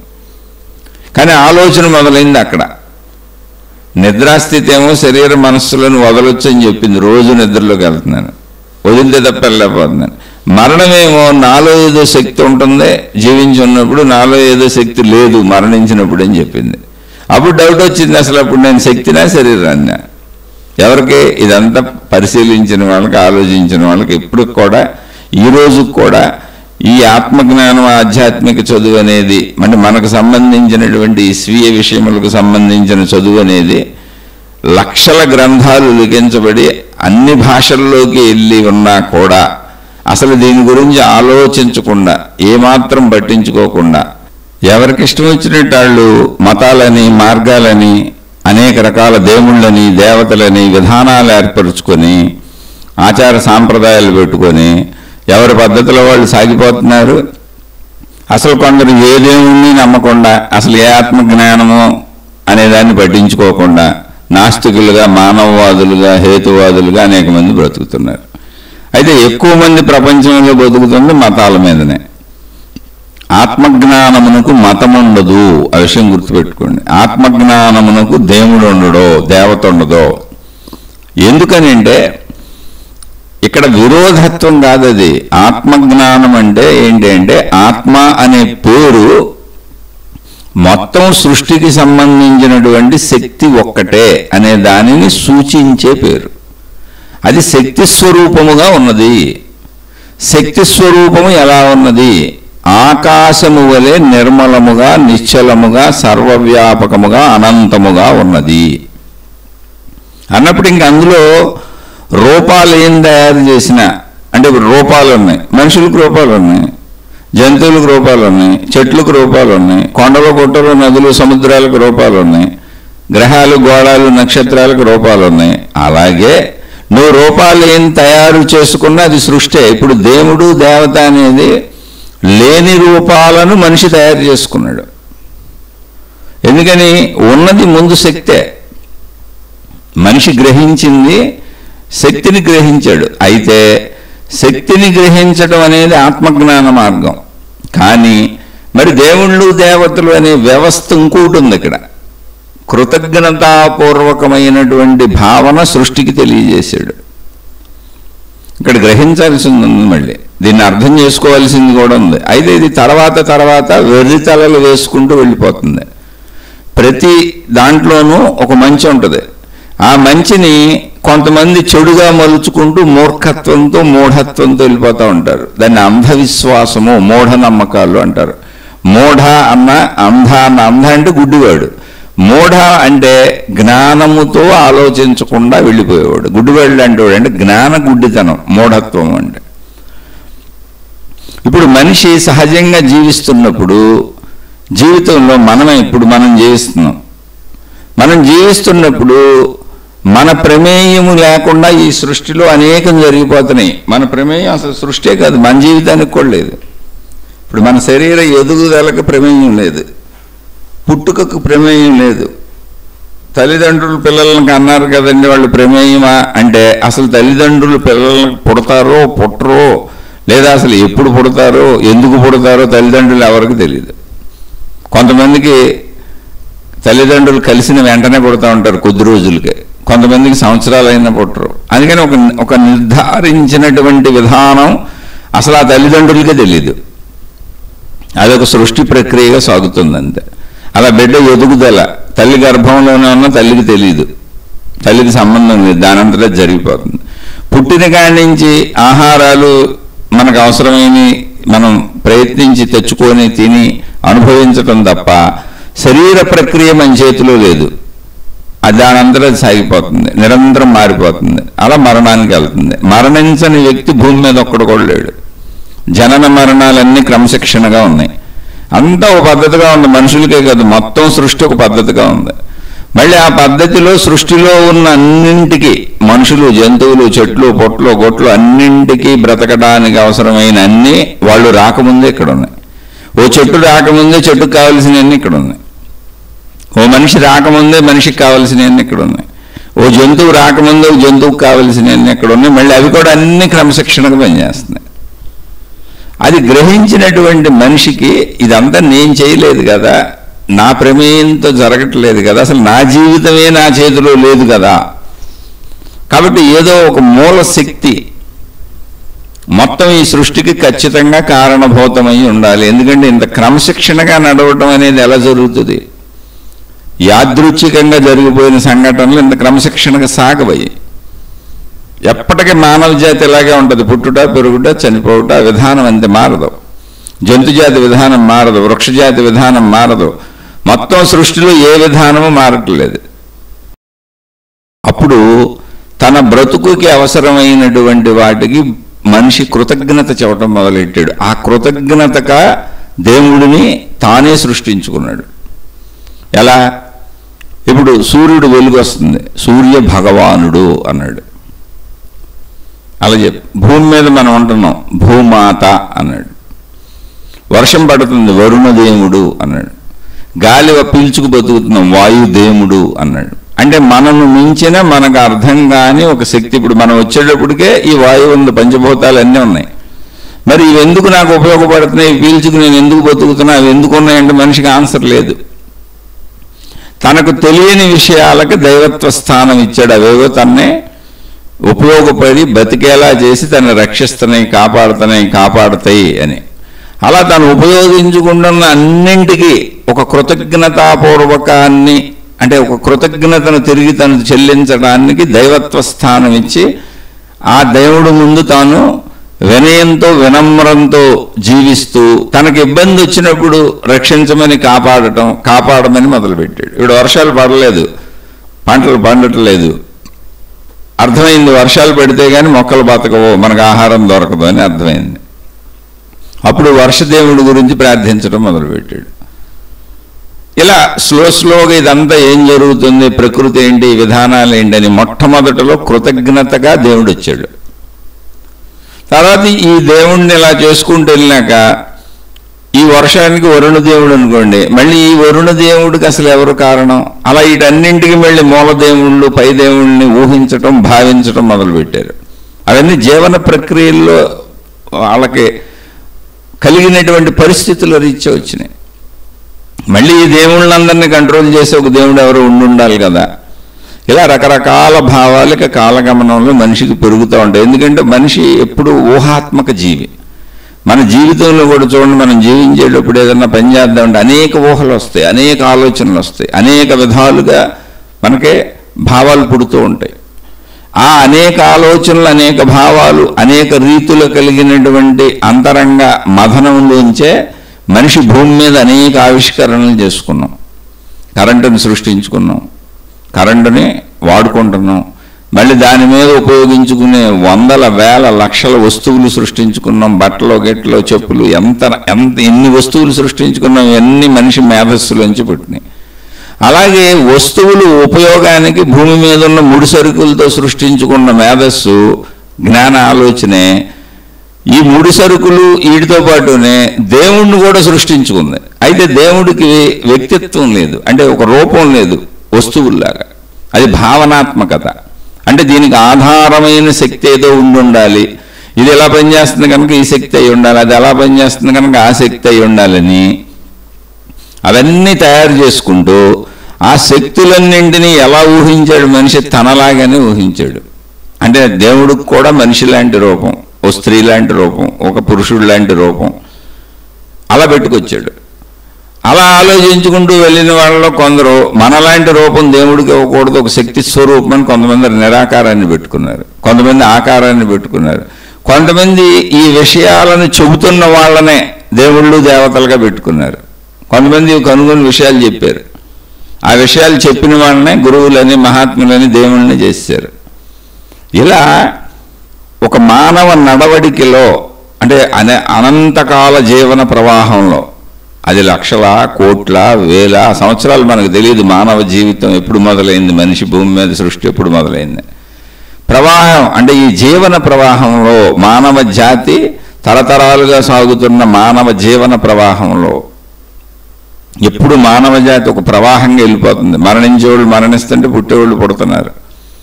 దీంట్లో ఈ కనుగొన్న విషయాలన్నీ కూడా అటు దైవీపరమైనవి కానీ ఇటు భౌతికపరమైనవి కానీ మనం వాడుకునే వస్తువులు కానీ ముందు తరాలు ఎప్పుడు అందుకుంటూనే ఉన్నాయి. ఎందుకంటే రెండు తరాలు కలిసి ఉంటున్నాయి. అలా అందుకుంటూ ముందు తరాలకు అందించబడుతూ దైవీపరమైన ఊహలో ముందుకెళ్ళిపోయినాయి, దైవీపరమైన ఆలోచనలు ముందుకెళ్ళిపోయినాయి.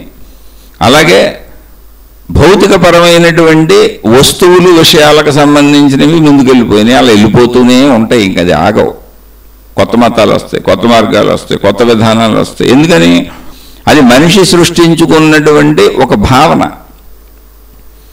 ప్రకృతిలో జరుగుతున్న చర్యలకు తాను పొందుతున్నటికి కృతజ్ఞతాభావాలు చెల్లించాడు. అలా ఏదో ఒక దివ్యశక్తి నన్ను నడుపుతుందనుకున్నాడు, దానికి కృతజ్ఞత చెప్పాలనుకున్నాడు, చెప్పాడు. భయం వచ్చినప్పుడు దాన్నే అడగాలనుకున్నాడు. ఎందుకంటే మనిషికి భయం వస్తుంది, ఏమవుద్దో తెలియదు, భవిష్యత్తు తెలియదు. మనిషికి ఇప్పుడు తాను అనుకున్న చేయగలడో చేయలేడో తెలియదు, సఫలీకృతం అవుద్దో లేదో తెలియదు. ఈ తెలియదు అనే స్థితి ఎప్పుడూ మనిషికి ఒక భయాన్ని, ఒక అభద్రతని కలిగించడం మొదలుపెట్టింది. అక్కడ ఆ అభద్రతకు ఆధారంగా భగవంతుడిని పెట్టుకున్నాడు. పొందిన వాటికి కృతజ్ఞతగా భగవంతుడిని పెట్టుకున్నాడు. పొందాల్సిన వాటికి ఆశకి, అన్నింటికి, కోరికలకి, భయాలకి, అన్నింటికి ఒక భగవత్ శక్తిని పెట్టుకున్నాడు. ఆ శక్తి అంటే మళ్ళీ ఆ శక్తిని నిరాకారంగా భావించలేని వాళ్ళు ఆకార రూపంలో పెట్టుకున్నారు. అలా అనేకంగా మొత్తానికి ఇదంతా తయారైంది. ఇందులో మళ్ళీ జీవన విధానంలో అద్భుతంగా జీవించి, అంటే ఒక మామూలు మనుషుల్లా సహజమైనటువంటి స్వార్థ భావనలతో కాకుండా ధర్మయుతంగా మంచిగా జీవించి మంచిని బోధించి వెళ్ళిన వాళ్ళని మళ్ళీ దేవుళ్ళు దేవతలుగా చేసుకున్నారు. అంటే ఈ దేవుళ్ళు దేవతలు అనేది ఒక రకంగా అయ్యింది కాదు అసలు. అయితే ఇదంతా మనిషి మేధస్సులోంచి పుట్టింది. బయట ఉపకరణాలు ఎలా, వస్తువులు ఎలా పుడుతున్నాయో, కంప్యూటర్లు, సెల్ ఫోన్లు, పిన్నీసులు, రకరకాల ఉపకరణాలు, గృహోపకరణాలు, ఆహార ధాన్యాలు, ఇవన్నీ ఎలా రకరకాలు తయారు చేసుకున్నామో అవన్నీ ఇక్కడ ముడి సరుకులుగా, మూల పదార్థాలుగా ఇక్కడ భూమి మీద ఉన్న వాటితోనే చేసుకున్నాం కనుక పదార్థంగా కనపడుతుంది. దేవుడు అనేది శక్తి అసలు కనపడింది. అనంత సర్వవ్యాపక ఆకాశ శక్తి, దానికి ఆత్మ అని పేరు పెట్టారు. మొత్తం సృష్టికి కారణభూతం అదే. అది ఎలా ఉంటుందంటే ఆకాశం వలె నిర్మలంగా, నిశ్చలంగా, సర్వవ్యాపకంగా, అనంతంగా, ఏకత్వంగా ఉంటుంది. అందులోనే సృష్టి అనే అనేకత్వం దానితోనే ఏర్పడుతుంది. ఏర్పడింది మాత్రమే సృష్టిలో ఉన్న వాళ్ళకి ఏం కనపడుతుంది? సృష్టి కనపడుతుంది. నువ్వు శక్తిలోకి వెళ్తే నీకు శక్తి కనపడుతుంది. అయితే శక్తి కనపడేది కాదు, అనుభవం. ఎందుకని పదార్థం లేదు అక్కడ. ఇప్పుడు ఆకాశతత్వంలో పదార్థం లేదు. అందుకని మనం సృష్టిలో ఉన్నాం కనుక, శరీరంతో ఉన్నాం కనుక సృష్టినే చూడగలుగుతున్నాం. అందుకని శక్తిని సృష్టిగా మార్చుకున్నాడు, అంటే రూపాలుగా మార్చుకున్నాడు, రూపభావన చేసుకున్నాడు. కానీ ఇప్పుడు దేవుళ్ళు దేవతలు ఉన్నారా లేరా అంటే శక్తినే సృష్టిగా మార్చుకున్నాడు. అంటే అనందాత్మశక్తినే దేవుడుగా, దేవతగా రూపంలో ఆరాధిస్తున్నాడు. ఒకటే, అది అనందాత్మశక్తే. కాబట్టి నీ భావన అది కాబట్టి ఉండొచ్చు. ఇప్పుడు కంప్యూటర్ తయారు చేయడానికి భూమి మీద ఉన్న ముడి సరుకులే వాడుకున్నాడు. ఒక సెల్ ఫోన్ తయారు చేసుకోవడానికి భూమి మీద ఉన్న ముడి సరుకులే వాడుకున్నాడు. ముడి సరుకు ఎక్కడదండి? భూమి మీదే. నువ్వు కట్టుకునే బట్టలు, తినే తిండి ఏదైనా మొత్తం దానికి మూలాలు ఎక్కడున్నాయంటే ఈ పంచభూతాలు ఇక్కడ భూమి మీద ఉన్నాయా. కాబట్టి ఎంత భూమే కాదా, ఇదంతా ప్రకృతే కాదా, ఇది మనిషి కొత్తగా ఏమన్నా తయారు చేశాడా ఇప్పుడు కంప్యూటర్ అంటే? కాదు, మొత్తం ఆధారం భూమే, ముడిసరుకు ఎక్కడిదే. దాన్ని వాడుకొని ఇది తయారు చేసుకున్నాడు అంతే. అంటే ఇది దేనికి చెందుతాయి? ఈ కొత్తవన్నీ ఇప్పుడు తయారు చేసుకుని మనిషికి చెందుతాయా, సృష్టికి చెందుతాయా అంటే సృష్టికి చెందుతాయి. మరి మనిషి తయారు చేశాడు కదా, అది అలా లేవు కదా. కంప్యూటర్లో అది లేదు కదా, అది సెల్ ఫోన్లో అది లేదు కదా, అనేకం కలిపితే ఒక సెల్ ఫోన్ అయింది కదా. అంటే అది మనిషి విజ్ఞానం, కానీ కల్పబడిన అనేకము సృష్టి. ఈ రెండింటి కలయిక అది వస్తువు. అంటే మనిషిలో ఉన్న జ్ఞాన సంపద ముడిసరుకు, ప్రకృతిలో ఉన్న ముడిసరుకు. అలాగే అనంత ఆత్మశక్తి అనేటువంటి ఆత్మజ్ఞానానికి సంబంధించిన శక్తి ఏది ఉందో ఆ శక్తిని ముడిసరుకుగా తీసుకొని దేవుళ్ళు దేవతల్ని భావించుకున్నాడు. కాబట్టి ఆ శక్తి నువ్వు దేవుడిగా పిలిస్తే రావచ్చు, రాకపోవచ్చు. నువ్వు దేవతగా పిలిస్తే రావచ్చు, రాకపోవచ్చు. అంటే నీ భావ తీవ్రత, నీ గాఢ భావన నువ్వు భావించుకునేదే కదా. ఇప్పుడు అనేక రకాల విషయాలలో ఇప్పుడు చాలామంది ఉంటారు, నాకు ఫలానామే ఇష్టం అంటారు, నాకు ఫలానా కూర ఇష్టం, అది ఉంటే తింటా, అది నేను తినను, వదిలేస్తానంటాడు. ఎంతోమంది ఇష్టాలకు సంబంధించి లేకపోతే జీవితాలు వదిలేసుకున్న వాళ్ళు ఉన్నారు, భార్యాభర్తలు విడిపోయిన వాళ్ళు ఉన్నారు, తల్లిదండ్రులు, అన్నదమ్ములు, అక్క చెల్లెళ్ళు, అన్ని సంబంధ బాంధవ్యాలు ఇష్టాల మధ్య వదిలేసుకుంటున్న వాళ్ళు ఉన్నారు. పగలు ప్రతీకారాలకు వెళ్ళి చంపేసుకుంటున్న వాళ్ళు ఉన్నారు. అంటే ఇది ఎందుకు చెబుతున్నాయంటే నా భావం అంత దృఢమైంది. ఒక మనిషిని చంపేయగలిగిన భావం, ఒక మనిషి కోసం చచ్చిపోగలిగిన భావం. జాగ్రత్తగా అర్థం చేసుకోండి. అప్పుడు ఒక మనిషిని చంపేయగలిగిన భావం, ఒక మనిషి కోసం చనిపోగలిగిన భావం. అంటే నా వాళ్ళ కోసం నేను ప్రాణమైన ఇస్తానంటారు. కాదు, నాకు అన్యాయం, నాకు నచ్చలేదాళ్ళు, నన్ను మోసం చేశారు, ప్రాణమైన తీసేస్తానంటారు. అటువంటి భావం, అంత గాఢ భావం నిజంగా మనిషిని చంపేస్తుంది. నిజంగా మనిషి కోసం చచ్చిపోతున్నప్పుడు నిజంగా మనిషిని ఎందుకు దర్శించలేదు? అక్కడ ఒక దేవుణ్ణి ఎందుకు దర్శించలేదు? ఒక గాఢ భావం ఉంటే. అయితే ఆ దర్శనం వాళ్ళకే అవుద్ది, అందరికీ అవదు. ఒక కంప్యూటర్ అందరికీ కనబడుద్ది. ఎందుకని పదార్థంతో తయారైన పదార్థం అది. అందుకని అది యథార్థం. సృష్టి అది, సృష్టిలో సృష్టి యథార్థం. అలా పదార్థంతో తయారైన పదార్థాలన్నీ కనపడతాయి. మనుషులకు కనపడతారు, చెట్లకు కనపడతాయి, చెట్లు మనుషులకు కనపడతాయి, జంతువులు మనుషులకు కనపడతాయి, సృష్టిలో ఉన్న అన్ని మనిషికి కనపడతాయి. అలాగే సృష్టిలో ఉన్న వాటితో అనేకం కలిపి ఏం తయారు చేశాడు అవన్నీ కూడా కనపడతాయి. ఎందుకని పదార్థాల కలయికలతో అన్ని పదార్థాలుగా దర్శనం అవుతూనే ఉంటాయి, కనపడతాయి, వినపడతాయి, వాసన తెలుస్తాయి, రుచి తెలుస్తాయి, స్పర్శలు తెలుస్తాయి, అన్నీ ఉంటాయి. కానీ దేవుళ్ళని శక్తి నుంచి తెలుసుకున్నాడు. అంటే వరుణ దేవుడు అన్నప్పుడు ఏదో ఒక శక్తి ఉండటం వల్ల వర్షం పడుతుంది, ఏదో ఒక శక్తి ఉండటం వల్ల వెలుగు వస్తుంది. అలాగే భూమి నుంచి మొక్కలు వస్తున్నాయి, పంటలు పండుతున్నాయి, ఏదో ఒక శక్తి ఉండటం వలన అవన్నీ జరుగుతున్నాయి. ఇలా అన్నింటికీ మూల కారణంగా ఏదో ఒక శక్తి, ఏదో ఒక శక్తి, ఏదో ఒక శక్తి. ఏదో ఒక శక్తి అంటే ఆలంబన లేదు అక్కడ. ఆలంబన అంటే ఏంటి? కంటితో చూడటానికి ఉండాలి, చెవితో వినడానికి ఉండాలి, నాలుగుకి రుచి తెలిసి ఉండాలి, లేదా మాట రూపంలో శబ్ద రూపంలో ఉండాలి, మాట అయితే అర్థమవుతుంది, పోనీ అలా ఆలంబన ఉండాలి, స్పర్శ అన్న ఉండాలి. ఇలాంటిది ఏదో ఒక శక్తి అన్న చోట ఆలంబన లేదు. అందుకని ఆలంబన కోసం శక్తిని పదార్థంగా మలుచుకున్నాడు. అంటే ఆ శక్తికి ఏ ఆలంబన లేని, అంటే శబ్ద స్పర్శ రూప రస గంధములు లేనటువంటి, అంటే అక్కడ రూపం లేదు, అక్కడ శబ్దం లేదు, అక్కడ వాసన లేదు, అక్కడ స్పర్శలు లేవు, అక్కడ అసలు పదార్థమే లేదు. అటువంటి శక్తిని పదార్థంగా తయారు చేసుకున్నాడు. భూమి మీద దొరుకుతున్న పదార్థాలతో రూపాలు తయారు చేశాడు, భావ చిత్రీకరణ చేశాడు. ఎలా చేశాడు? తనలాంటి రూపాలే ఇచ్చాడు, స్త్రీ పురుష రూపాలు. అందుకే మీరు ప్రార్థనాలయాలన్నీ చూడండి, మనుషులు నిర్మించుకుంటూ ఉంటారు ఇప్పుడు కూడా, ఇదివరకు మనుషులు నిర్మించినవే.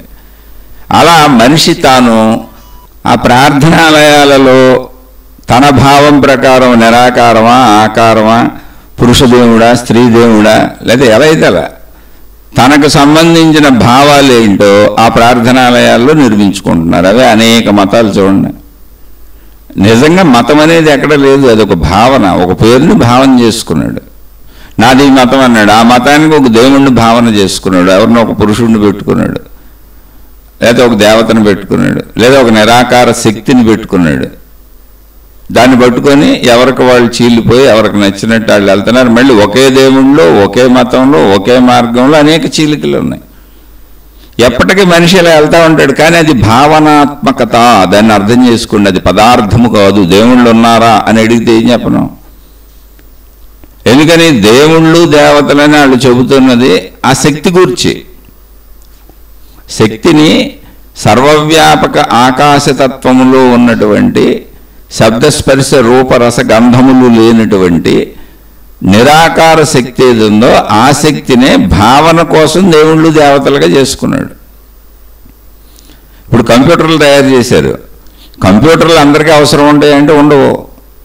సెల్ ఫోన్లు తయారు చేశారు, అందరికీ అవసరం అంటే అక్కర్లేదు. మందులు తయారు చేశారు, అన్నీ అందరికీ అవసరం అంటే అక్కర్లేదు. ప్రపంచంలో ఎన్నో కనుగొన్నారు, అన్నీ అందరికీ అవసరమా? కానీ కాదు. ఎవరికి ఏది అవసరమో వాళ్ళు అది పట్టుకుంటారు, ఎవరికి ఏది అవసరమో దానికోసం ప్రయత్నిస్తారు.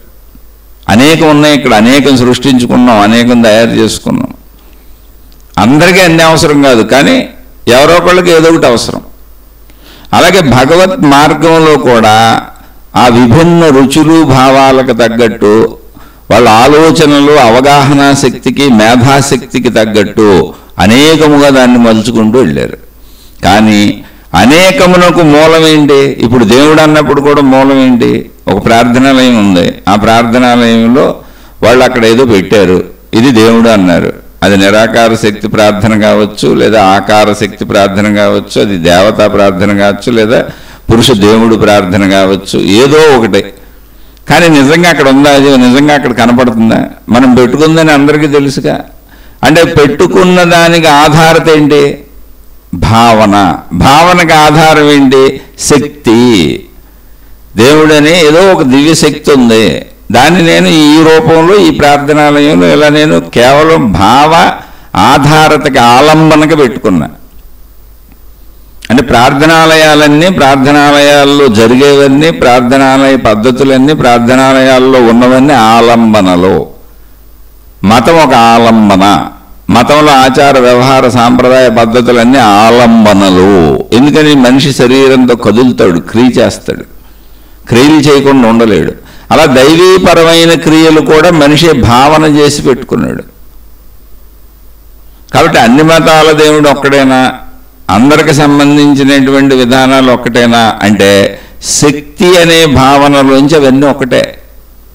ఇప్పుడు కూడా అక్కడ దేవుళ్ళు దేవతలు లేరు. ఆ ప్రార్థనాలయాల్లో దేవుళ్ళు దేవతలు ఉండుంటే వెళ్ళి కాసేపు నుంచొని ఒక 5 నిమిషాలు ఉండి దండం పెట్టి ఇంటికి ఎందుకు వెళ్ళిపోతాం మనం? లేదా ఒక ప్రేయర్ చేసేసి ఎవరింటికి వాళ్ళు ఎందుకు వెళ్ళిపోతాం? మళ్ళీ మన ఇళ్లలో కూడా దేవుళ్ళని పెట్టుకున్నాగా, మన ఇళ్లలో కూడా దైవ ప్రతిమలు ఉన్నాయి. మళ్ళీ అప్పుడు ప్రార్థనాలయాలు ఎందుకు? కాదు, భావన విశేషత కోసం. మన ఇంట్లో రొటీన్గా అలవాటు అయిపోయింది, ఏదో చిన్న నమస్కారం. అందుకని ప్రార్థనాలయంకి వెళ్తే కొంచెం ఏదో ఎక్కువ చేసినట్టు, అంటే మన ఇంటికంటే కొంచెం ఎక్కువ చేసాం. ఎవరికి? ఆ దేవుడికి. ఎందుకని చెయ్యటం క్రియ అనేది మనిషికి అలవాటు, శరీరం ఎప్పుడు క్రియాత్మకం. అందుకని కొంచెం ఎక్కువ చేశాను. ఈ ప్రార్థనాలయాల్లో మళ్ళీ మూల ప్రార్థనాలయాలు పెద్ద పెద్దగా నిర్మాణాలు నిర్మించి పవిత్ర పుణ్యక్షేత్రములుగా కొన్నింటిని పెట్టుకుంటారు. అక్కడికి వెళ్తే పుణ్యక్షేత్ర యాత్రలు చేసే ఇంకా ఏదో బాగా చేసినట్టు. ఇలా ప్రతి మతానికి ఉంది, ప్రతి విధానానికి ఉంది, ప్రతి పద్ధతికి ఉంది, ప్రతి దేవుడికి ఉంది. మళ్ళీ దీనికి ప్రచారకులు ఉంటారు, మతాలనే వ్యాప్తి చేసే ప్రచారకులు ఉంటారు. మా మతమే కరెక్ట్, మా దేవుడే కరెక్ట్, మా ఆచార సాంప్రదాయం కరెక్ట్, మా పద్ధతి కరెక్ట్. కరెక్టే, మరి ఏంటి ఇప్పుడు నువ్వు ఏం చెబుతావు? ఏమీ లేదు, మా దాంట్లోకి రండి మీకు లాభం వస్తుంది. ఆ మతంలో కంటే ఆ దేవుడి దగ్గర కంటే మా దాంట్లోకి వస్తే మీకు ఎక్కువ లాభాలు ఉంటాయి. ఎందుకంటే మా దేవుడు నిజమైన దేవుడు. అసలు ఇది మన పిచ్చితనమా, ఎర్రితనమా, నిజమా? ఇది ఎవరికాళ్ళు వాళ్ళ నమ్మకం మీద, భావన మీద ఆధారపడి ఉంది. విజ్ఞానం నీకు ఎంత పెరుగుతుంటే అంత అర్థమవుతుంది. అది అంతే. నీలో మూర్ఖత్వం, మూఢత ఎంత ఉంటే దాన్ని నువ్వు అంత నమ్ముతూ ఉంటావు అంతే. ఒక మతంలో మా దేవుడు కరెక్ట్, మీ దేవుడు కరెక్ట్ కాదు అంటున్నారంటే అసలు ఏం మాట్లాడాలి, ఏం అడగాలి? అందుకే ఈ ప్రశ్న వచ్చింది ఇప్పుడు. అయితే ఆత్మజ్ఞాన చదువు, ఆధ్యాత్మిక చదువులు దేవుళ్ళు దేవతలు ఉండరు, కానీ శక్తి ఉంది. శక్తికి రూపాలు. అలానే ఆత్మజ్ఞానం రూపాలతో ఉన్న దేవుళ్ళని, దేవతల్ని, మతాలని విభేదించదు. ఎందుకో తెలుసా? అసలు సృష్టి అంతా ఉన్నది ఒకే ఆత్మశక్తి అంటే ఇంకా విభేదించడానికి ఏముంది? మనుషులందరూ ఒకటే. ఇక్కడ ఉన్నాయన్నీ ఒకటి. మనుషులే కాదు, అసలు మనుషులు, చెట్టు, పుట్ట, చామ, గొట్ట, మొత్తం సృష్టిలో కనపడుతున్నవన్నీ అనంత ఆత్మశక్తి స్వరూపమే. ఆ శక్తి చేతనే అవి ఉన్నాయి. శక్తికి రూపం లేదు, అవి ఉన్నవన్నీ శక్తిలోనే ఉన్నాయి. సృష్టి శక్తి ఉన్నది అనడానికి ఆధారం. శక్తికి నిరూపణ ఏంటంటే సృష్టి. సృష్టి శక్తిలోనే ఉంది, శక్తితోనే ఉంది. శక్తి లేకపోతే సృష్టి ఉండదు. మనిషి ఉన్నాడు అంటే అర్థం ఏంటంటే వాళ్ళలో ప్రాణం ఉంది. ప్రాణం లేదంటే మనిషి లేడు. ఇప్పుడు కుళ్ళిపోద్ది, శరీరం పాడైపోద్ది, కాల్ చేయడమో బూడిదో చేసేయాలి, ఇంక తప్పదు. అది ఇంక లేడు మనిషి అని అర్థం. అప్పుడు ఉన్నదేంటి? మనిషి ఉన్నప్పుడు ఉన్నదేంటి? ప్రాణం. మనిషి లేకపోయినా ఉండేదేంటి? ప్రాణం. ప్రాణరూపంగా శక్తి ఉంది. విశ్వవ్యాపక శక్తి ఏకంగానే ఉంది ప్రాణరూపంగా. అది మనుషులు అయితే ప్రాణం అన్నాం. అలా ఆ ప్రాణశక్తిని దేవుళ్ళు దేవతలుగా మలుచుకొని భావన చేసుకుంటున్నాం అనుకో, నీ ఆలంబన కోసం. ఆలంబన. ఆయన ఇల్లు కట్టుకున్నాడు, ఇల్లు కట్టుకుంటే పైన స్లాబ్ వేసారు. స్లాబ్ రూఫ్ వేయకుండా ఇల్లు కట్టుకోవడం కుదరదుగా. మరి పైకి వెళ్ళి రూఫ్ పైకి వెళ్ళి ఏదైనా సరి చేసుకోవాలి, లేదా పైకి వెళ్ళాలంటే ఏం చేయాలి అసలు? అందుకని మెట్లు పెట్టుకున్నాడు. తన ఇంటికి తానే, తను కట్టుకున్న ఇల్లు పైకి ఎక్కడానికి తాను మెట్లు కట్టుకున్నాడు. తను ఇంట్లో ఉంటాడు, కానీ పైకి వెళ్ళాల్సిన అవసరం వస్తుంది. రిపేర్ చేసుకోవాలో, ఇంకోటి చేసుకోవాలో, లేదా పైన కాసేపు కూర్చుందాం, గాలి తగులుద్దాను, ఏదో సంథింగ్ పైకి వెళ్ళాల్సి వస్తుంది. అందుకని పైకి వెళ్ళాలి కనుక మెట్లు కట్టుకున్నాడు. పైకి వెళ్ళే అవసరం లేదనుకో, అసలు మెట్లు అవసరం ఉందా? లేదుగా. అలాగే అనంత ఆత్మశక్తి అనేటువంటి ఆ శక్తి తత్వాన్ని చేరడానికి మతములు, మార్గములు, దేవుళ్ళు, దేవతలు, విధానములు, ఆచారములు, సాంప్రదాయాన్ని మెట్లు కట్టుకున్నాడు. మెట్లుకి ఏంటి? ఇప్పుడు మెట్లు కట్టుకోవడానికి ఉపయోగించినటువంటి సామగ్రి ఏంటి? ఇల్లు కట్టుకోవడానికి ఉపయోగించిన సామగ్రి ఏదో అదే కట్టాడు మెట్లుకి. మెట్లకి ఏం కొత్తగా ఉండదు, అలానే ఇంటికేం కొత్తగా ఉండదు పోనీ. అలాగే దేవుళ్ళు దేవతలు విధానాలకి ఆ అనంత ఆత్మశక్తినే శక్తి భావనగా ఇక్కడ పదార్థ రూపంగా, యథార్థ రూపంగా, దృశ్య రూపంగా మలుచుకుంటున్నాడు. ఎందుకని శరీరంలో మనిషికి అలవాటు కంటితో చూడాలి, చెవులతో వినాలి, నోటితో మాట్లాడాలి, నాలుగుతో రుచి చూడాలి, ముక్కుతో వాసన చూడాలి, చర్మానికి స్పర్శలు దొరకాలి. అలా తయారు చేసుకున్నాడు శక్తిని తనకు ఆలంబనగా, ఇంటికి మెట్లు పెట్టుకున్నట్టుగా ఆలంబనది. కాబట్టి ఆలంబనగా మనిషి తెచ్చుకున్నది దేన్ని? శక్తినే. అంటే ఇక్కడ ఈ ఆలంబనతో మనిషికి కలిగే భావం ఏంటి? శక్తి భావమే. కానీ ఆలంబననే సర్వస్వంగా భావించుకుంటూ వెళ్తూ ఉంటారు కొంతమంది. అది మూఢత్వము, మూర్ఖత్వం. అర్థం కాలేదు. ఎందుకు అర్థం కాలేదంటే ఇంత ఆలోచించలేదు, ఇంత చేయలేదు, ఇంత చదువుకోలేదు. ఇది ఆధ్యాత్మిక చదువు, ఆత్మజ్ఞాన చదువు. ఇది చదివితే తప్ప అర్థం కాదు.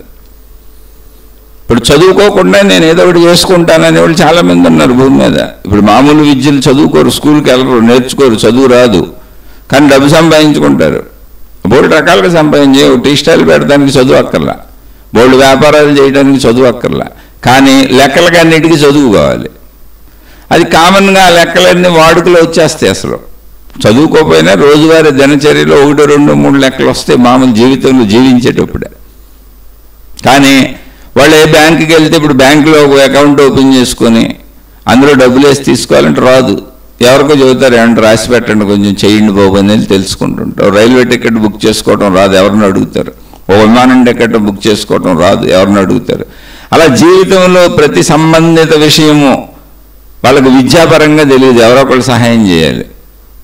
అలా విడిగా కష్టపడి శరీరంతో చేసుకుంటారు. ఈ కూలి పనులకు వెళ్తారు, పొలం పనులకు వెళ్తారు, అన్నీ చేసుకుంటారు. కానీ చదువుకోనప్పుడు ప్రాపంచిక వ్యవహారాలకు సంబంధించిన చదువుతో సంబంధం ఉన్న పనులు ఏమీ చేసుకోలేరు. ఎవరో ఒకళ్ళ మీద ఆధారపడతారు. ఎవరో ఒకళ్ళు వాళ్ళు ఏం చేస్తే అదే. ఇప్పుడు బ్యాంకులో రాసి పెట్టు బాబు, ఒక 20,000 డ్రా చేసుకోవాలన్నాడు అనుకో, ఆడు ఎందుకంటే మీకు కూర్చోండి నేను తెచ్చి పెడతాను రాసేసి అని చెప్పి ఆడు 40,000 డ్రా చేసి వీడికి 20,000 తీసుకొని ఆడికి 20,000 ఇచ్చాడు అనుకో, వీడికి ఎప్పటికీ తెలియదు. ఎప్పుడో నా డబ్బులు ఎంత ఉండాలని లెక్కలు వచ్చినప్పుడు ఎవడు మోసం చేశాడు అనిపిస్తుంది అసలు, అంతే. కాబట్టి విజ్ఞానం తెలియంది మూఢత. మూఢత అంటే ఏంటి? వాడు 20,000 రాస్తున్నాడా, 40,000 రాస్తున్నాడా, అసలు కొట్టుకుపోతాడా, ఆడు ఏం రాశాడు నాకు తెలియదు. అక్షరాలు అక్కడ అక్షరాలు అయితే నాకు తెలియదు. మూఢత అంటే ఏంటి? నాకు తెలియకపోయినా నేను దాన్ని నమ్ముతూ ఉంటాను. అలాగే దేవుడు, దేవతా విధానం, పద్ధతి, మతం, మార్గం ఇవన్నీ ఎప్పుడు మూఢత అవుతాయి అంటే దాని గురించి నాకు తెలియకపోయినా అది నిజమే అని, నిజంగా ఈ దేవుడు ఉన్నాడని ఆ రూపం ఇలాగే ఉంటుందని నేను నమ్ముతూ ఉంటాను. కానీ ఎంత చిత్రమైన విషయం ప్రాక్టికల్గా మీరు చూడండి ఒకసారి. ఒక దేవుడు బొమ్మ, ఒక మతానికి సంబంధించిన దేవుడు బొమ్మ, ఒక చిన్న ఫోటో కావచ్చు, లేదా ప్రార్థనాలయంలో బొమ్మ కావచ్చు. ఆ ముఖాలు, ఆకృతులు ఎన్ని రకాల రూపాల్లో ఉంటాయో చూడండి మీరు ఇల్లు. అసలు ఒకే ముఖంతో ఉందా? ఎక్కడైనా ఇన్ని లక్షల ప్రార్థనాలయాలు కట్టారు, ఒకే ముఖంతో ఉందని చూడండి. అసలు ఆ దేవుడు ముఖమే మారిపోతుంది. మరి ఆ దేవుడిని ఎలా గుర్తిస్తాం ఫలానా దేవుడు అని అంటే, ఆ దేవుడికి ఒక రూపం ఉంటుంది. తలకు గుడ్డ కడతాడా, కాలు మీద కాలేస్తాడా? తలకు గుడ్డ కట్టి కాలు మీద కాలేస్తే షిరిడి సాయిబాబా అని చెబుతాం. సిలువ క్రాస్ ఉండి ఆ క్రాస్ మీద ఏలాడుతూ ఉంటే యేసుక్రీస్తు అని చెబుతాం. కానీ ఆ యేసుక్రీస్తు ముఖానికి ఎన్ని రూపాయలు మారిపోతుంటాయి. సిలువ సైజులు, ఆ బొమ్మ సైజులు ఎన్నో మారిపోతుంటాయి. ప్రార్థనాలయాల కట్టడాల సైజులు ఎన్నో రకరకాలుగా ఉంటాయి. అలా మందిరాల సైజులు ఎన్నో రకరకాలుగా ఉంటాయి. అలా మసీదుల సైజులు ఎన్నో రకరకాలుగా ఉంటాయి. అలా గురుద్వారాల సైజులు ఎన్నో రకరకాలుగా ఉంటాయి. అవేమి ఏకంగా ఉండవు రూపురేఖలో, కానీ భావనాత్మకత కదా, ఆ షేపులో కనబడితే చాలు. అదే నువ్వు ఒక మనిషిని గుర్తుపట్టాలంటే మనిషి షేపులో ఉన్న అందరినీ నువ్వు గుర్తుపెట్టేస్తే మావాడు అనుకుంటావు, అనుకోగా. ఇప్పుడు చూడండి, దేవుళ్ళకే ఆ షేప్ ఉంటే చాలు. ఎందుకంటే ముఖాలు మనమే పెట్టుకున్నాం, మనమే చెక్కుకున్నాం, మనమే పెయింటింగ్లు వేసాం. ఆ విగ్రహాలు ఎవరో చెక్కారు, ఆ చెక్కినోడికి ఆ మొహం వచ్చింది కాబట్టి నేను దాన్ని భావన చేసుకుంటున్నాను. నిజంగా ఒక షిరిడి సాయిబాబా ఉండినప్పుడు ఖచ్చితంగా ఆయనకు ఒకే ముఖం ఉండి ఉంటుందిగా. నిజంగా ఒక యేసుక్రీస్తు ఉన్నప్పుడు ఖచ్చితంగా ఆయనకు ఒకే ముఖం ఉండి ఉంటుందిగా. నిజంగా ఒక రాముడు ఉన్నప్పుడు ఖచ్చితంగా ఆయనకు ఒకే రూపం ఉండి ఉంటుందిగా. నిజంగా ఒక గురునానక్ ఉన్నప్పుడు ఖచ్చితంగా ఆయనకు ఒకే రూపం ఉండి ఉంటుందిగా. శరీరంతో ఉన్న వాళ్ళకి ఎవరికైనా ఒకే రూపం ఉంటుందిగా. కానీ మనం సింబాలిక్ తీసుకుంటాం, వాళ్ళ వస్త్రధారణ, వాళ్ళ వేషధారణ తీసుకొని దాన్ని ప్రార్థనాలయాలుగా కట్టుకుంటాం. ఇక్కడ నేను చెప్పదలిచిన విషయం ఏంటంటే, ఆ ప్రార్థనాలయాలు లక్షల్లో లక్ష రకాల బొమ్మలో మొహాల ఆకృతులు, సైజులు మారిపోయినా నా భావన ఒక్క ఏకదేవుడి మీదకి పెట్టుకున్నా. లక్ష ప్రార్థనాలయాలలో 1,00,000 మంది విడివిడిగా సాయిబాబాలు, విడివిడిగా యేసుక్రీస్తులు, విడివిడిగా అల్లాలు, విడివిడిగా గురునానక్లు ఉండరు. నేను ఒకే గురునానక్కి, ఒకే అల్లాకి, ఒకే యేసుక్రీస్తుకి, ఒకే రాముడికి, ఒకే కృష్ణుడికి, ఒకే అమ్మవారికి లక్షల కోట్లు కట్టుకుంటున్నాం. మా భావన ఆలంబనది. అలా భావన ఆలంబన అయినప్పుడు అది శక్తి స్వరూపం నుంచి తెచ్చుకున్నది అయినప్పుడు అవన్నీ కరెక్టే. నిన్న ఆ శక్తి భావనకు తీసుకెళ్తుంటే అవన్నీ కరెక్టే. కాదు నేను ఇక్కడే కూర్చొని కొట్టుకుంటున్నాను, నేను కట్టుకున్నదే నేను ఏర్పాటు చేసుకుందంటే మేము గొడవలు పడతాం, కొట్టుకుంటాం, మాదే కరెక్ట్ అన్నప్పుడు మూఢత్వము అనేది వస్తుంది. అక్కడ వివేకము లేదు.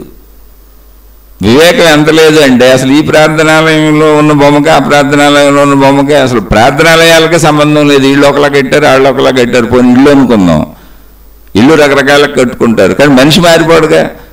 మరి అక్కడ దేవుడు మారిపోయాడు. ఈ ప్రార్థనాలయంలో ఉన్న బొమ్మకి ఆ ప్రార్థనాలయంలో ఉన్న బొమ్మకి తేడా లేదు. కానీ ఆ దేవుడే అని నేను ఎందుకు అనుకుంటాను అంటే ఆ ఆకృతినే చిన్న సైజుగా పెట్టాను, పెద్ద సైజుగా పెట్టాను, ఇంకా పెద్ద సైజుగా పెట్టాను. ఆ డ్రెస్సింగ్ స్టైలు ఆకృతిని బట్టి ఆ దేవుణ్ణి భావన చేసుకుంటున్నాను. ఆ భావన ఆలంబన ప్రార్థనాలయం, అందులో ప్రతిమ. ఆలంబన అయినప్పుడు ఆలంబన దేనికోసం? శక్తి, భగవత్ శక్తి, దేవతాశక్తి, దేవుడి శక్తి, శక్తి స్వరూపమైనటువంటి భగవంతుడు అంటే అదంతా కరెక్ట్.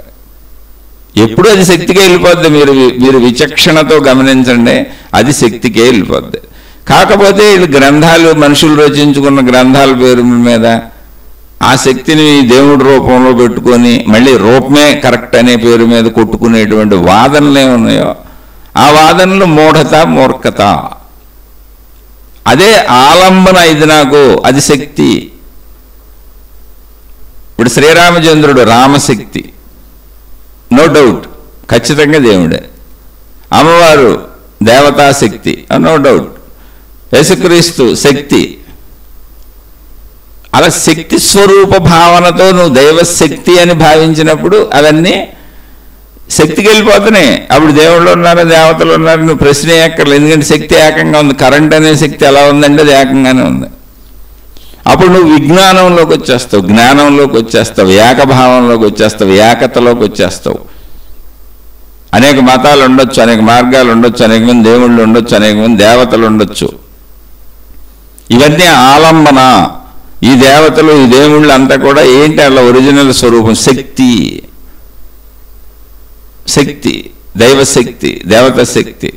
శక్తి అంటే ఏమైపోయింది? మళ్ళీ శక్తే కాదు, ఏకమైపోయింది. శక్తిలోకి రకాలు లేవు, శక్తికి రకాలు లేవు. అందుకని మూఢతలోంచి, మూర్ఖతలోంచి రూపాన్ని పట్టుకొని ఈ రూపాలతోనే గొడవలు పడదామా?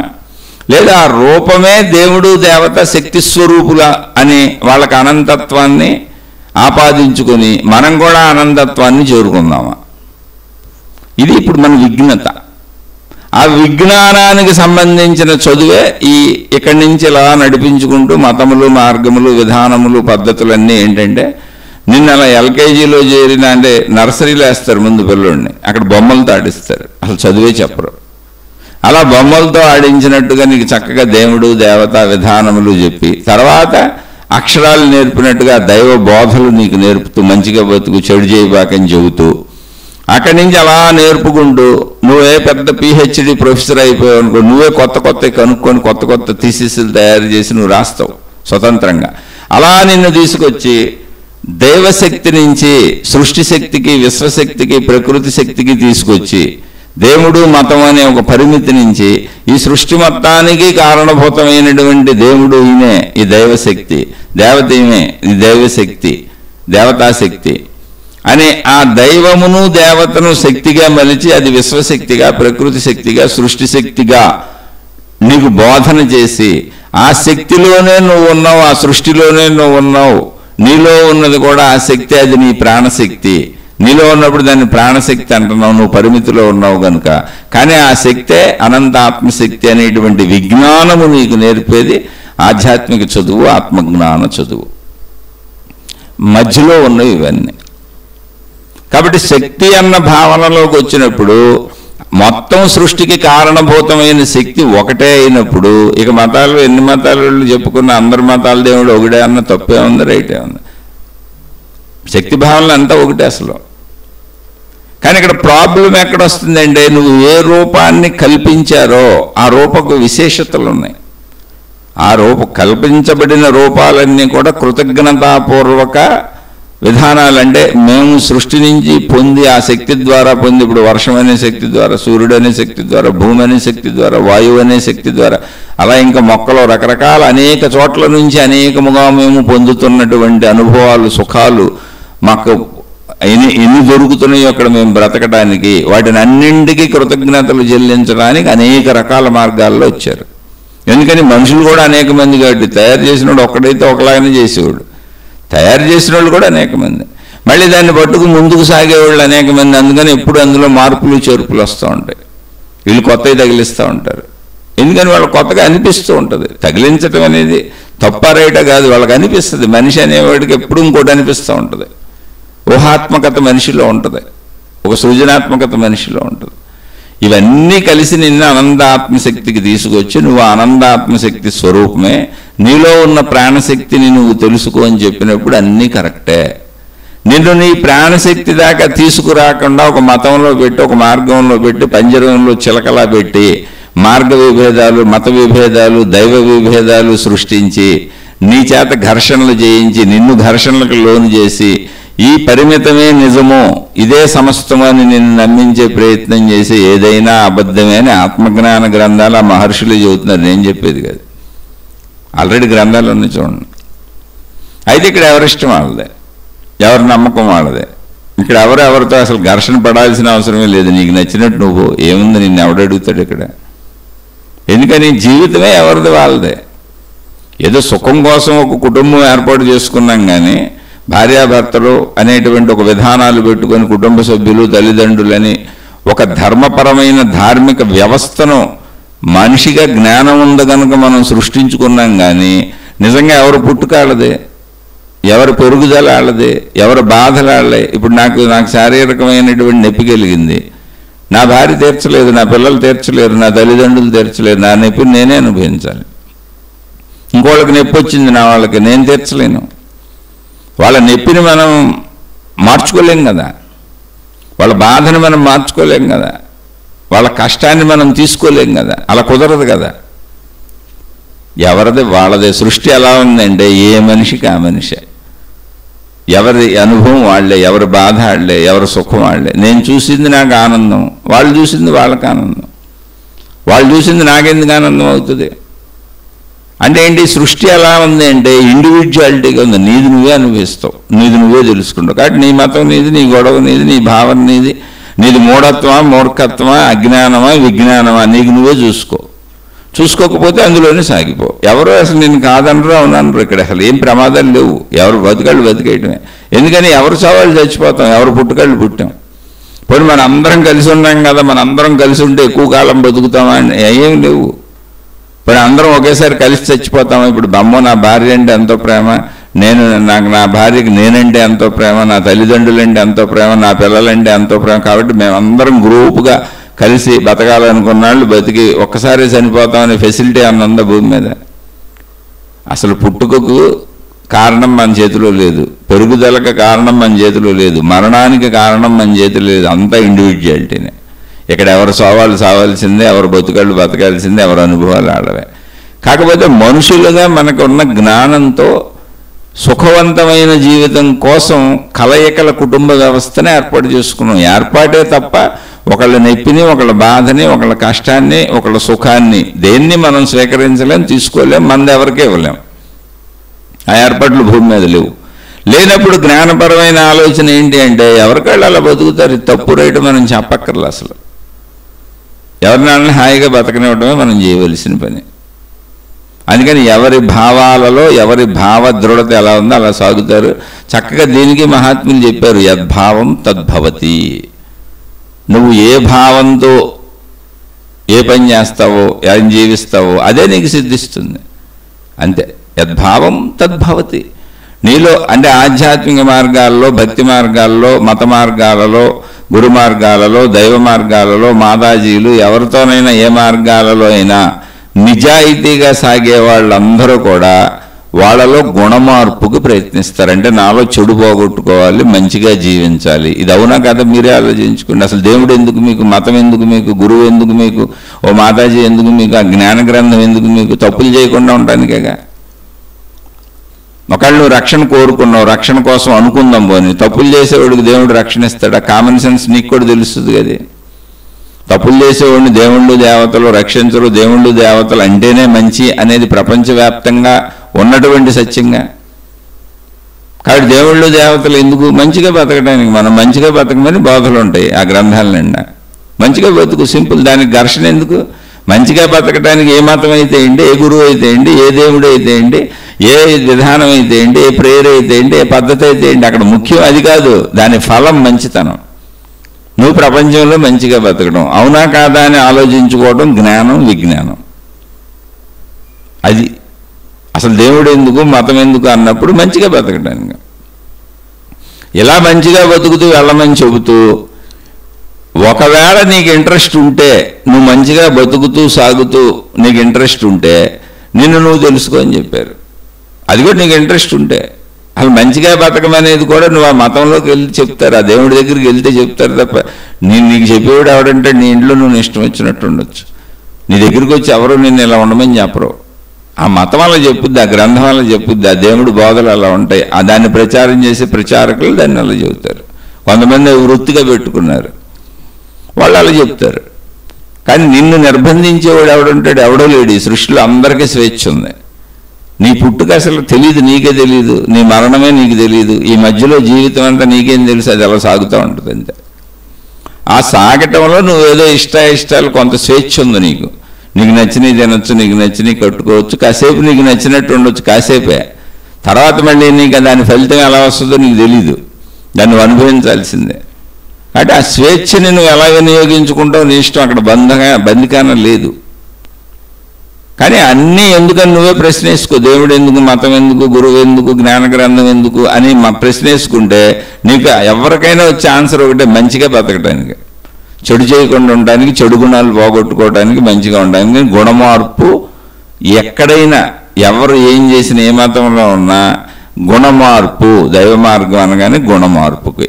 ఎవరి గుణమార్పుకి? నా స్వీయ గుణమార్పుకి. ఎవరి గురించో నాకెందుకు? అప్పుడు నువ్వు కరెక్ట్ మార్గంలో ఉన్నట్టు.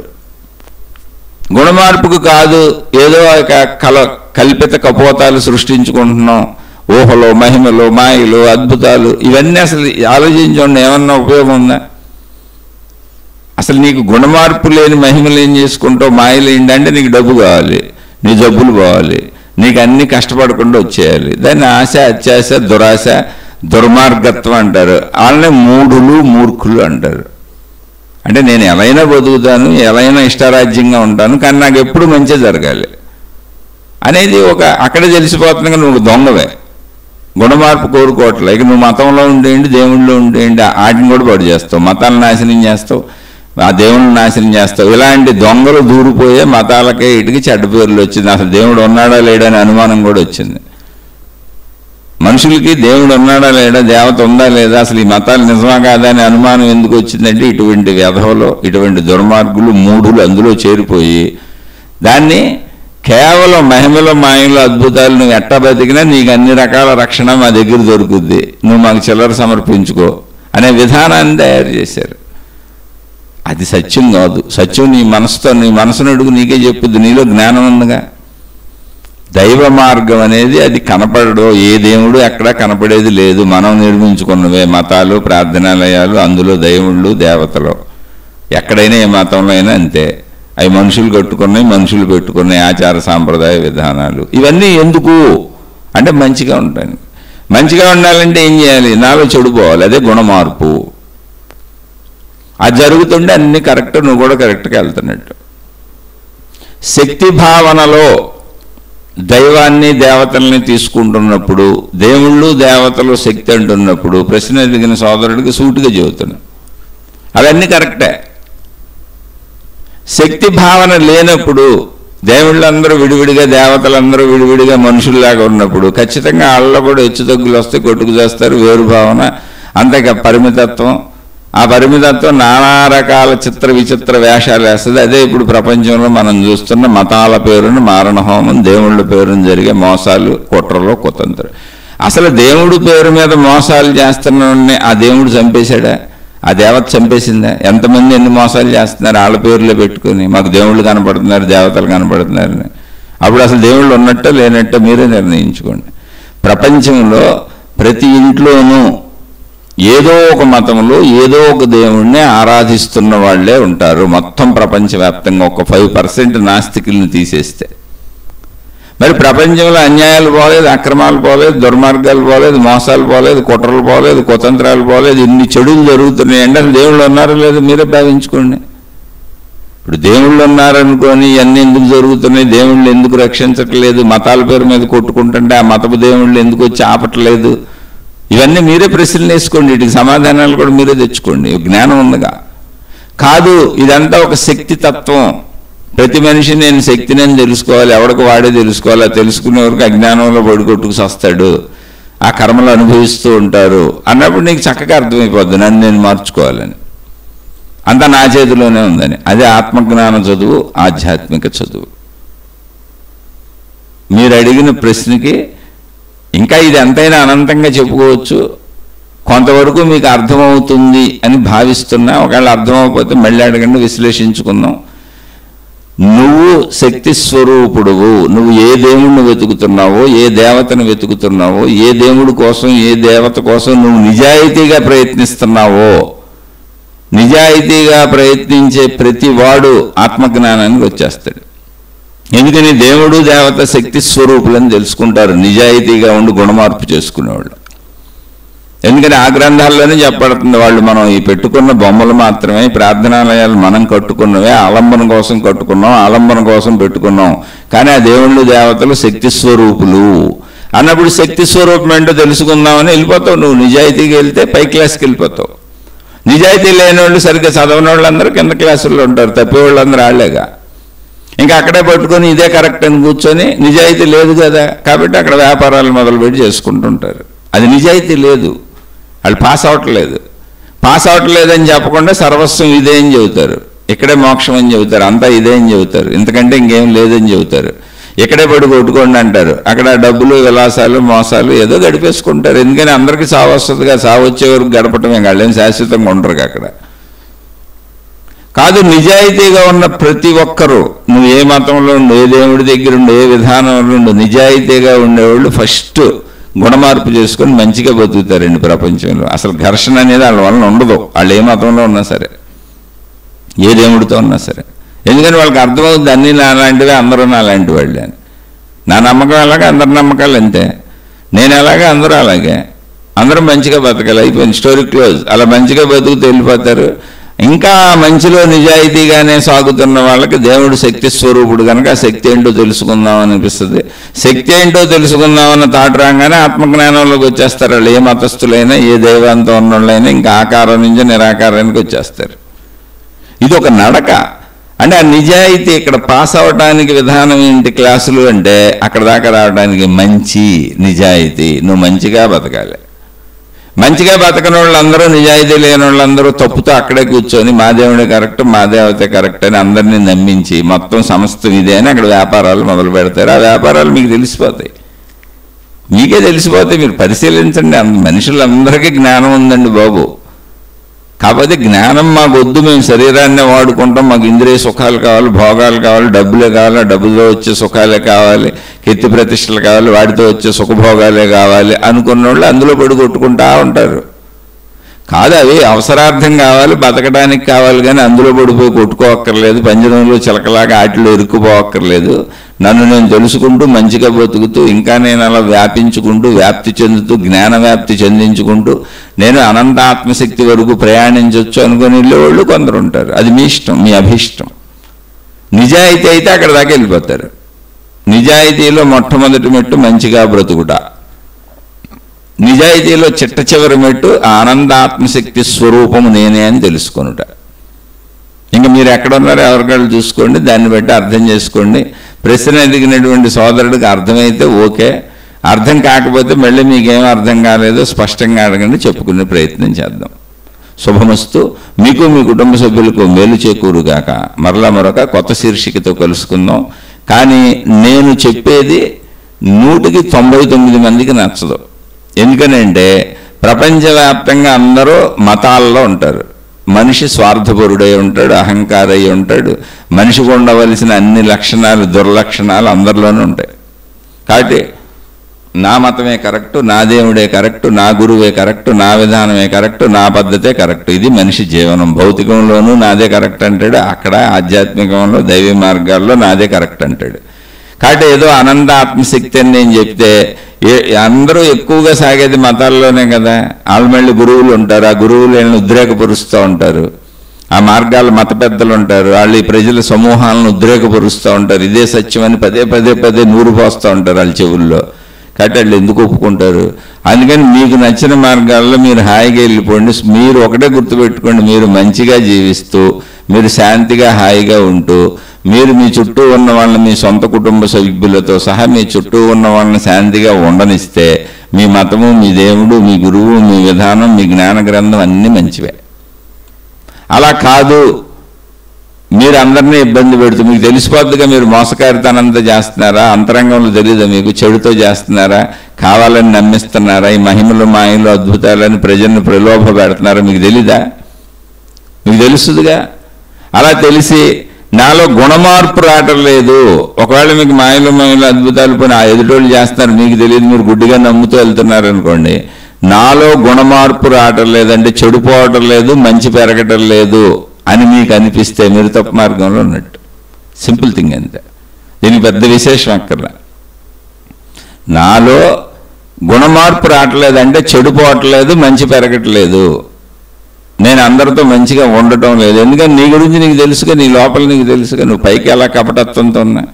పెరగటం లేదంటే మీరు తప్పు మార్గంలో ఉన్నట్టు. నాలో మంచి పెరుగుతుంది, నాలో చెడిపోతుంది అంటే మీరు రైట్ మార్గంలో ఉన్నట్టు. ఎక్కడైనా ఉండండి, మీరు ఏ మతమైన పర్లేదు, ఏ దేవుడైన పర్లేదు, ఏ గురువు అయిన పర్లేదు. ఇది మిమ్మల్ని మీరు చూసుకునే గీటురాయి. మీది కరెక్టా కాదా అనేది చెప్పేది మీ గుణమే, మీ స్వభావమే. కాబట్టి మీ అంతరంగం మీకే తెలుస్తుంది మళ్ళీ. కాబట్టి మీ అంతరంగాన్ని చూసుకొని ఒకవేళ చెడ్డ మార్గమే మీకు నచ్చింది, మహిమలు మాయలు అద్భుతాలు కుట్రలు కుతంత్రాలు గారడీలు మోసాలు ప్రజల్ని మభ్యపెట్టడాలు, కష్టపడకుండా బోళ్ళు డబ్బులు వచ్చి మీద పడిపోతున్నాయి, కష్టపడకుండా బోళ్ళు పేరు వచ్చి మీద పడిపోతుంది, కష్టపడకుండా జనం వచ్చి కాళ్ళ మీద పడిపోయి మీరు డబ్బులు ఇస్తున్నారు, కష్టపడకుండా గురువులు అయిపోవచ్చు, మహాత్ములు అయిపోవచ్చు, ప్రజల్ని మభ్యపెట్టచ్చు, ఊరికినే జస్ట్ ఈ రంగు బట్టలు వేషధారణ వేసుకొని 2-4 మొక్కలు మాట్లాడితే చాలు అంటే బతకండి. దాని ఫలితం ఏమొస్తుందో అది అనుభవించటమే. ఎందుకని నన్ను నేను మోసం చేసుకుంటూ వెళ్ళినాక సృష్టిలో ఇంత నియమం, ఇంత పద్ధతి, ఇంత విధానం ఇలా సాగుతూనే ఉన్నప్పుడు ఎంతకాలం నన్ను నేను మోసం చేసుకుంటాను, నా మోసాలను ఎంతకాలం సృష్టి శక్తి ఊరుకుంటుంది. ఇక్కడ కర్మ సిద్ధాంతం ఉంది కదా, ఎవరు చేసిన కర్మ వారు అనుభవించక తప్పదు. అది ఇంకా మీ విఘ్నత. నాకు ఎంతైనా పర్లేదు. ఇప్పుడు ఒక తాగుబోతున్నాడు, నా ప్రాణం పోయినా పర్లేదు, నాకు లివర్ చెడిపోయినా పర్వాలేదు, నేను రక్తం కక్కున్నా పర్లేదు, నా ఆరోగ్యం చెడిపోయినా పర్లేదు, నేను తాగుడు మానలేను అన్నాడు. ఏం చేయాలి ఇప్పుడు అతన్ని? ఇప్పుడు సిగరెట్లు కాల్చేవాళ్ళు అందరూ వాళ్ళు కాదు, సిగరెట్ పెట్టి మీద రాసి ఉందిగా, పొగాకు నీకు క్యాన్సర్ తెస్తుంది, రకరకాల జబ్బులు తెస్తుంది, తాగబాకని. మందు తాగే చోట చెబుతున్నారు కదా తప్పని, మాదక ద్రవ్యాలన్నీ చెబుతున్నారు కదా తప్పని, వ్యభిచారాలు తప్పని చెబుతున్నారు, పేకాటలు తప్పని చెబుతున్నారు. అవి చేసేవాళ్ళని ఎవడైపోయాడు? గవర్నమెంట్లో అమ్ముతున్నాయి అవన్నీ. కాబట్టి ఇక్కడ ఒక వ్యవస్థలో నిన్ను నువ్వు చూసుకోవటం తప్ప నీ గురించి ఆలోచించేవాడు ఎవడో ఉండడు. నీకు నిజాయితీగా ఆధ్యాత్మికతలో ముందుకెళ్ళాలి, ఆధ్యాత్మికమో దైవమో భక్తో నువ్వు ఏ పేరైనా పెట్టుకో, అది ఏంటి అని తెలుసుకోవాలి. ముందుకెళ్ళాలంటే ఒకటే గుర్తు, నువ్వు ముందుకెళ్తున్నావా లేదా, నీ మార్గం కరెక్టా కాదా అని. నీలో చెడిపోవాలి, మంచి పెరగాలి. ఇప్పుడు కనీసం దీన్ని ఆలోచించు. నిజంగా నిజమే కదా, చెడిపోవాలి, మంచి పెరగాలి, అది కదా కరెక్టా, నేను మంచిగా బతకాలి కరెక్టే. నీకు తెలియదు, జంతువు కాదుగా మనం, మనుషులుగా మనకు ఆ కామన్ సెన్స్ తెలియదా? చెడు ఉండకూడదు మనలోని, చెడు చేయకూడదు ఎవరికని. అంతే సింపుల్. నువ్వే చెక్ చేసుకో. అందుకని ఇక్కడ నీకు నువ్వే గీటు రాయి. నువ్వు కరెక్ట్గా ఉన్నాను అనుకుంటే వాళ్ళు వెళ్ళిపో, ఆ కర్మ ఫలితాలు వస్తే అనుభవించు. యద్భావం తద్భవతి. ఎవరు చేసిన కర్మ వారు అనుభవించక తప్పదు. బుద్ధి కర్మానుసరణే. నీ పనులు, నీ ఆలోచనలు, నువ్వు వెళ్ళే విధానం ఎలా ఉంటుందంటే నీ లోపల ఉన్న బుద్ధులను పెట్టి. చెడ్డ బుద్ధులు అయితే చెడు వైపు వెళ్తావు, మంచి బుద్ధులు అయితే మంచి వైపు వెళ్తావు. అందుకని బుద్ధి మార్పు, గుణమార్పు, చెడును వదిలి మంచిలోకి రావడమే మెయిన్ థీమ్. అలా జరుగుతుంటే అదంతా కరెక్టే, అలా జరగకపోతే అదంతా తప్పే. కానీ నువ్వు తప్పులో ఉన్నావు, రైట్లో ఉన్నావు, నీకు నువ్వు చెక్ చేసుకో అంతే. ఆలోచించి చూడండి, అర్థమైతే ఆచరించుకోండి. ప్రశ్న అడిగిన సోదరుడికి విషయం అర్థమైతే ఓకే, అర్థం కాకపోతే మళ్ళీ మీకు ఏం అర్థం కావాలేదో విశ్లేషణగా స్పష్టంగా మళ్ళీ చక్కగా అడగండి, మళ్ళీ చెప్పుకునే ప్రయత్నం చేద్దాం. ఒకవేళ నేను చెప్పింది చాలామందికి 199 మందికి నచ్చదని చెప్పాను. కారణం ఏంటంటే అందరూ ఏదో ఒక దాంట్లో ఇరుక్కుపోయే ఉంటాం, నాదే కరెక్ట్ అంటూ ఉంటాం.